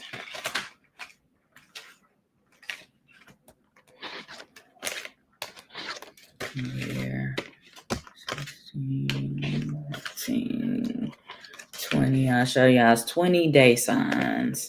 I'm going to show y'all those. And then we can, I'm going to show y'all the day signs and then the rulers, where these codexes, these cards were patterned after the codices. Just to give y'all an overview of what's going on and where they got this from. So my readings ain't the average. It ain't nothing average about my readings. It depends on what kind of reading you get. Like this one is based off of the one where I do your astrology, right? And then the other spiritual reading is just me reading about things that's going on in your past, present, and future. 12. But I thank y'all for rocking with me this afternoon. Peace. Peace. Deep breath. 1, 2, 1, 2. On my channel, you gonna get a gumbo pot. So appreciate you tuning in. This your first time?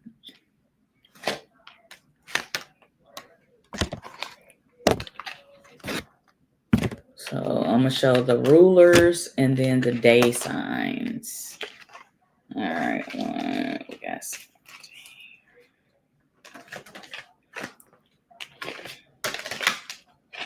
And I need my charger. I need to bring it in here, but.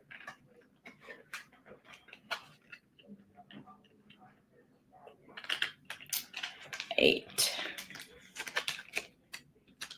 All right. So I'm just going over. I went to the museum yesterday for the Day of the Dead celebration, and they focused on altars, ofrendas, and they also focused on funeral rites and for the dead, the Day of the Dead. So dealing with offerings, rituals, things you give to the dead, cremation, etc.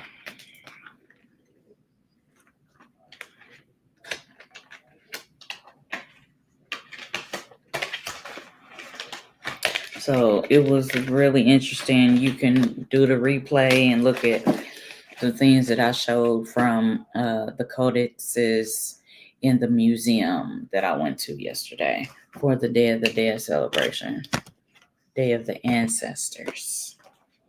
All right, so, and if anybody wants to book a life path session with me, whether it's a SpiritStrology with like the astrology element of the different indigenous spirituality systems, that's one type of reading, and it's a SpiritStrology session. And then a reading is me, talking to you about your dreams, visions, past, present life, things that's going on with you, etc., deciphering signs and symbols. But these are the 20-day signs. All right. So in this sacred 260-day calendar, there's 13 days in each month. So it's 20 months, 13 days in each, right? So the first one, you have the dragon. All right. This deals with your flesh, your beast. Whether you slay the dragon inside or outside. Just to give you an overview. So you got Sipkatali, the dragon. This is patterned after one of the codexes. All right. And then we have the spirit of the wind, Ekatl, the spirit of the wind, air, the air element, the spirit of the wind.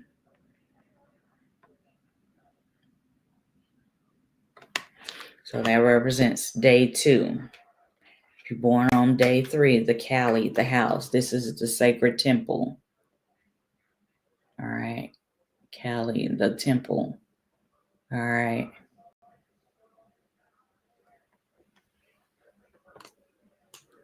In the temple, you do offerings, you do meditations, you light incense, you do all that. And this is doing some activities in the temple. You have Huetzpalin, which is the lizard. The lizard is always like present in the temple when a spiritualist is doing some kind of ritual divination.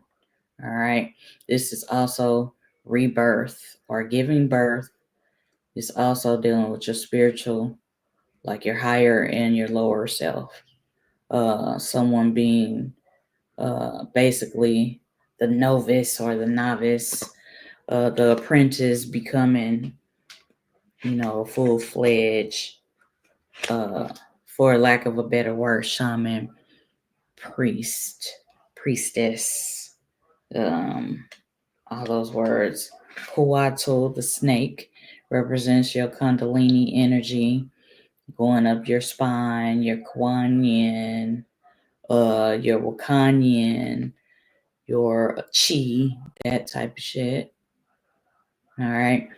But it goes deeper. I'm just giving y'all an overview. But the snake, Quetzalcoatl, has an element of that. And during this time, the Day of the Dead.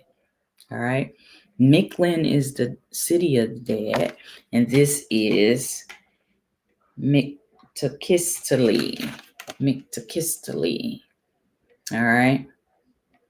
This is the Day of the Dead. This is the last day, the 3rd. It's actually November 2nd and 3rd, but in ancient times, they did it for, 13 days in a month? I believe they did it 2 months, but October and November is basically celebrating of the ancestors and loved ones that have passed on. So this is death. All right. This is the sacred deer, and I was talking to y'all about the blue deer that basically is the patron for all the hallucinogenic plants and herbs. And peyote was one of them from this one tribe. I believe they were called the Werewolka tribe. So this deals with plants, herbs, and roots that help you tap into the spiritual realm, help you get visions, etc. So the blue deer.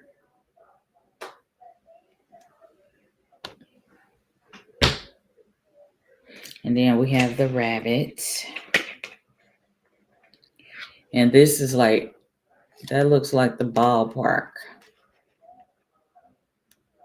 When they was playing basketball, the Warriors was playing basketball, but it was a whole nother serious game. But with the rabbit, let me pull this up. With the rabbit, I'll just give y'all a little peek on this one. The rabbit.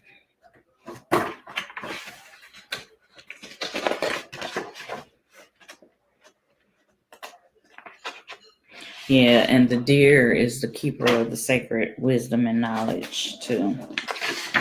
But the rabbit, all right.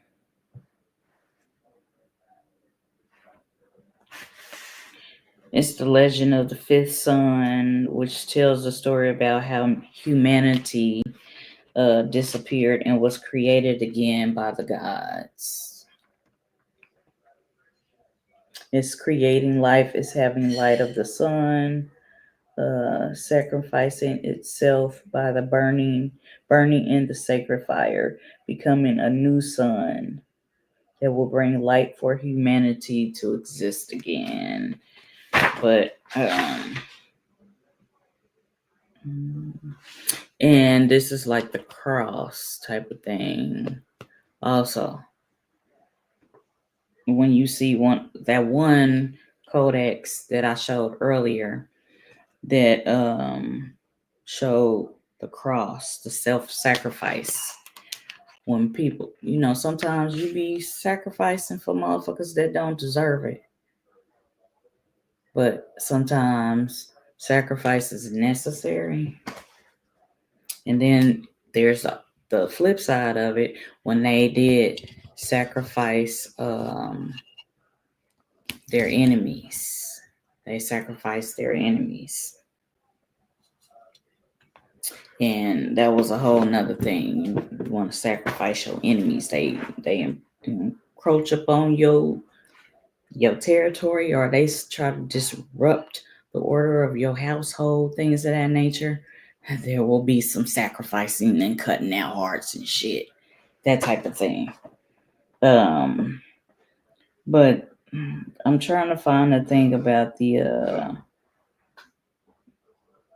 ball court. I went to the sacred ball court in Chichen Itza. They had that ball court, but the rabbit also deals with fertility. And this was the card I was referring to. This is patterned after the Codex, some of the Codex of Laud, and this is dealing with the astrology, the sacred calendar. All right. This is Atul, water.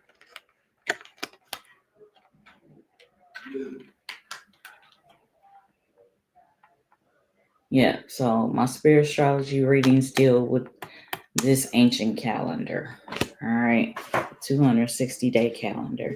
And then you have the dog that accompanies the dead and leading them to the city of the dead or the underworld. Their companion, their spirit guide in the underworld.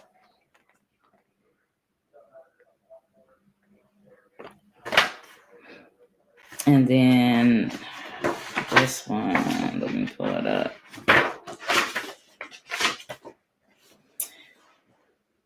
This is the teacher and the student.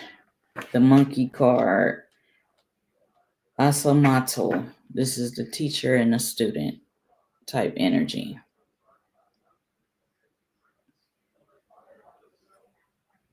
The master and the student, or the student master, student teacher.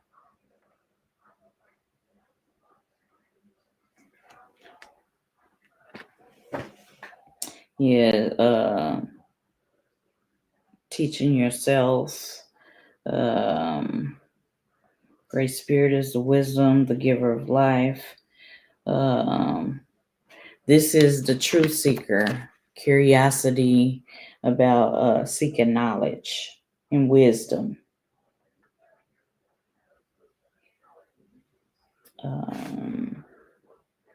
Like wanting to know the truth, like surpass all religions and shit.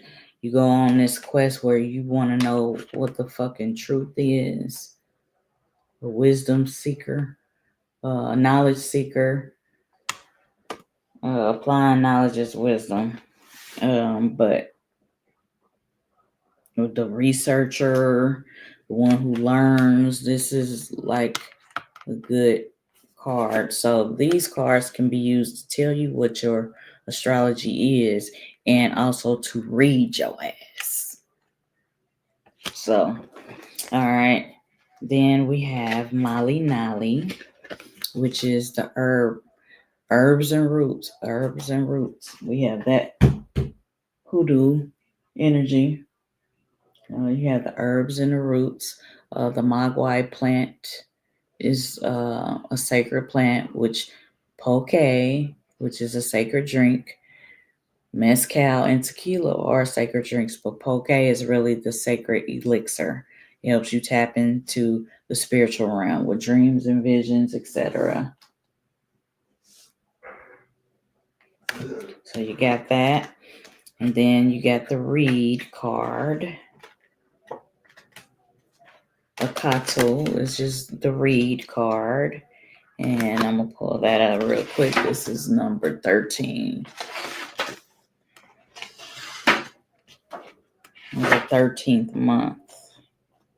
Okay, and let me go back to this because I was telling y'all about with plants, herbs and roots and flowers and berries.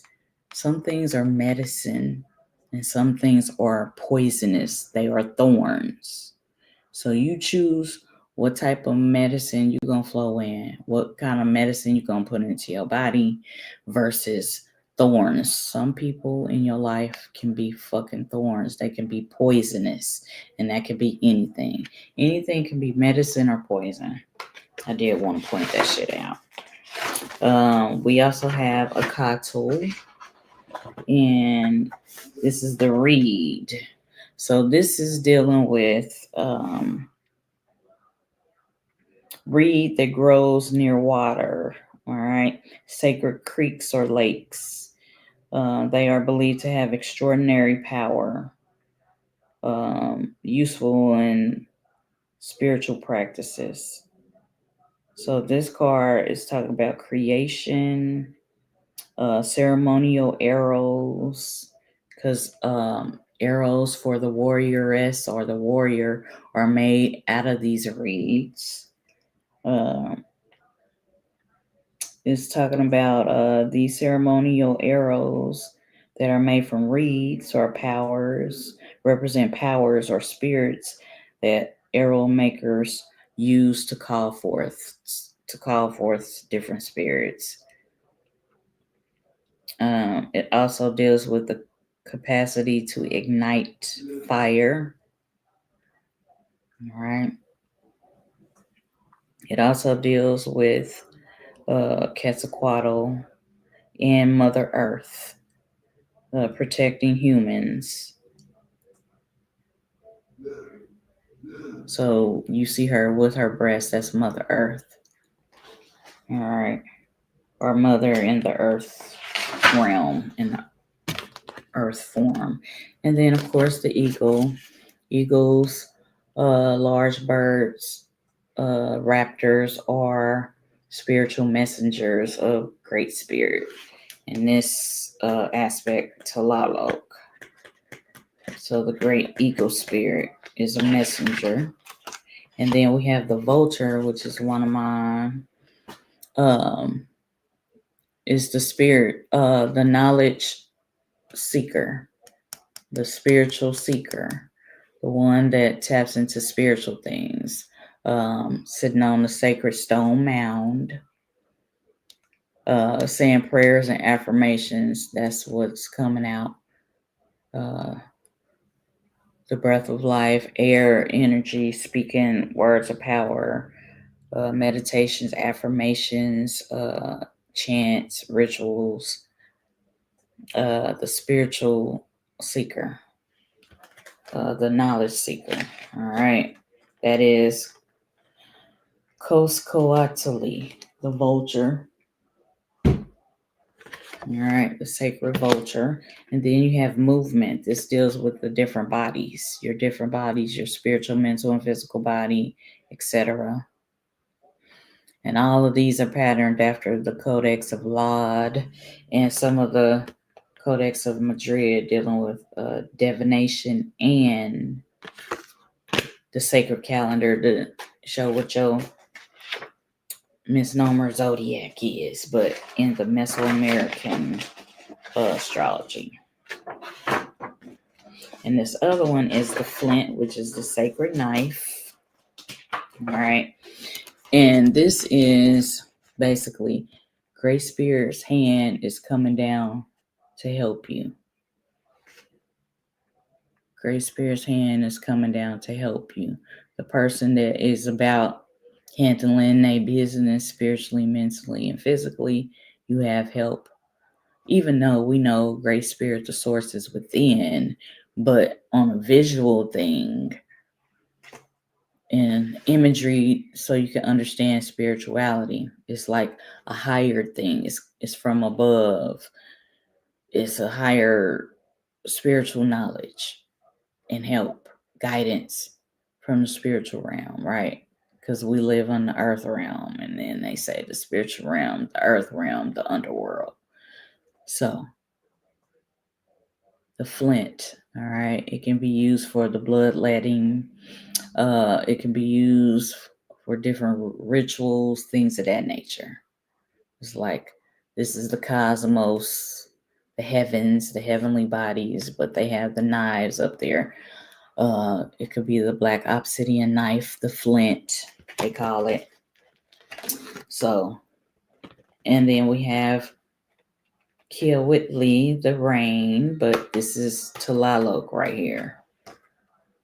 Tlaloc is an important deity, if you will. All right. And then we have the sacred flower. You can blossom and grow in life spiritually, mentally, and physically.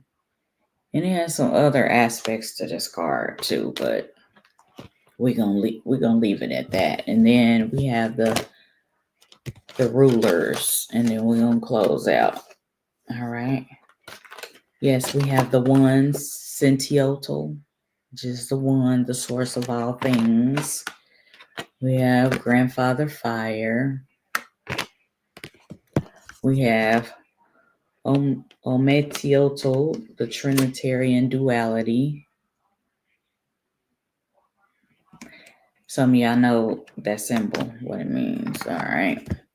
And then you have the Lord of Light, Tawiska Ponticutali.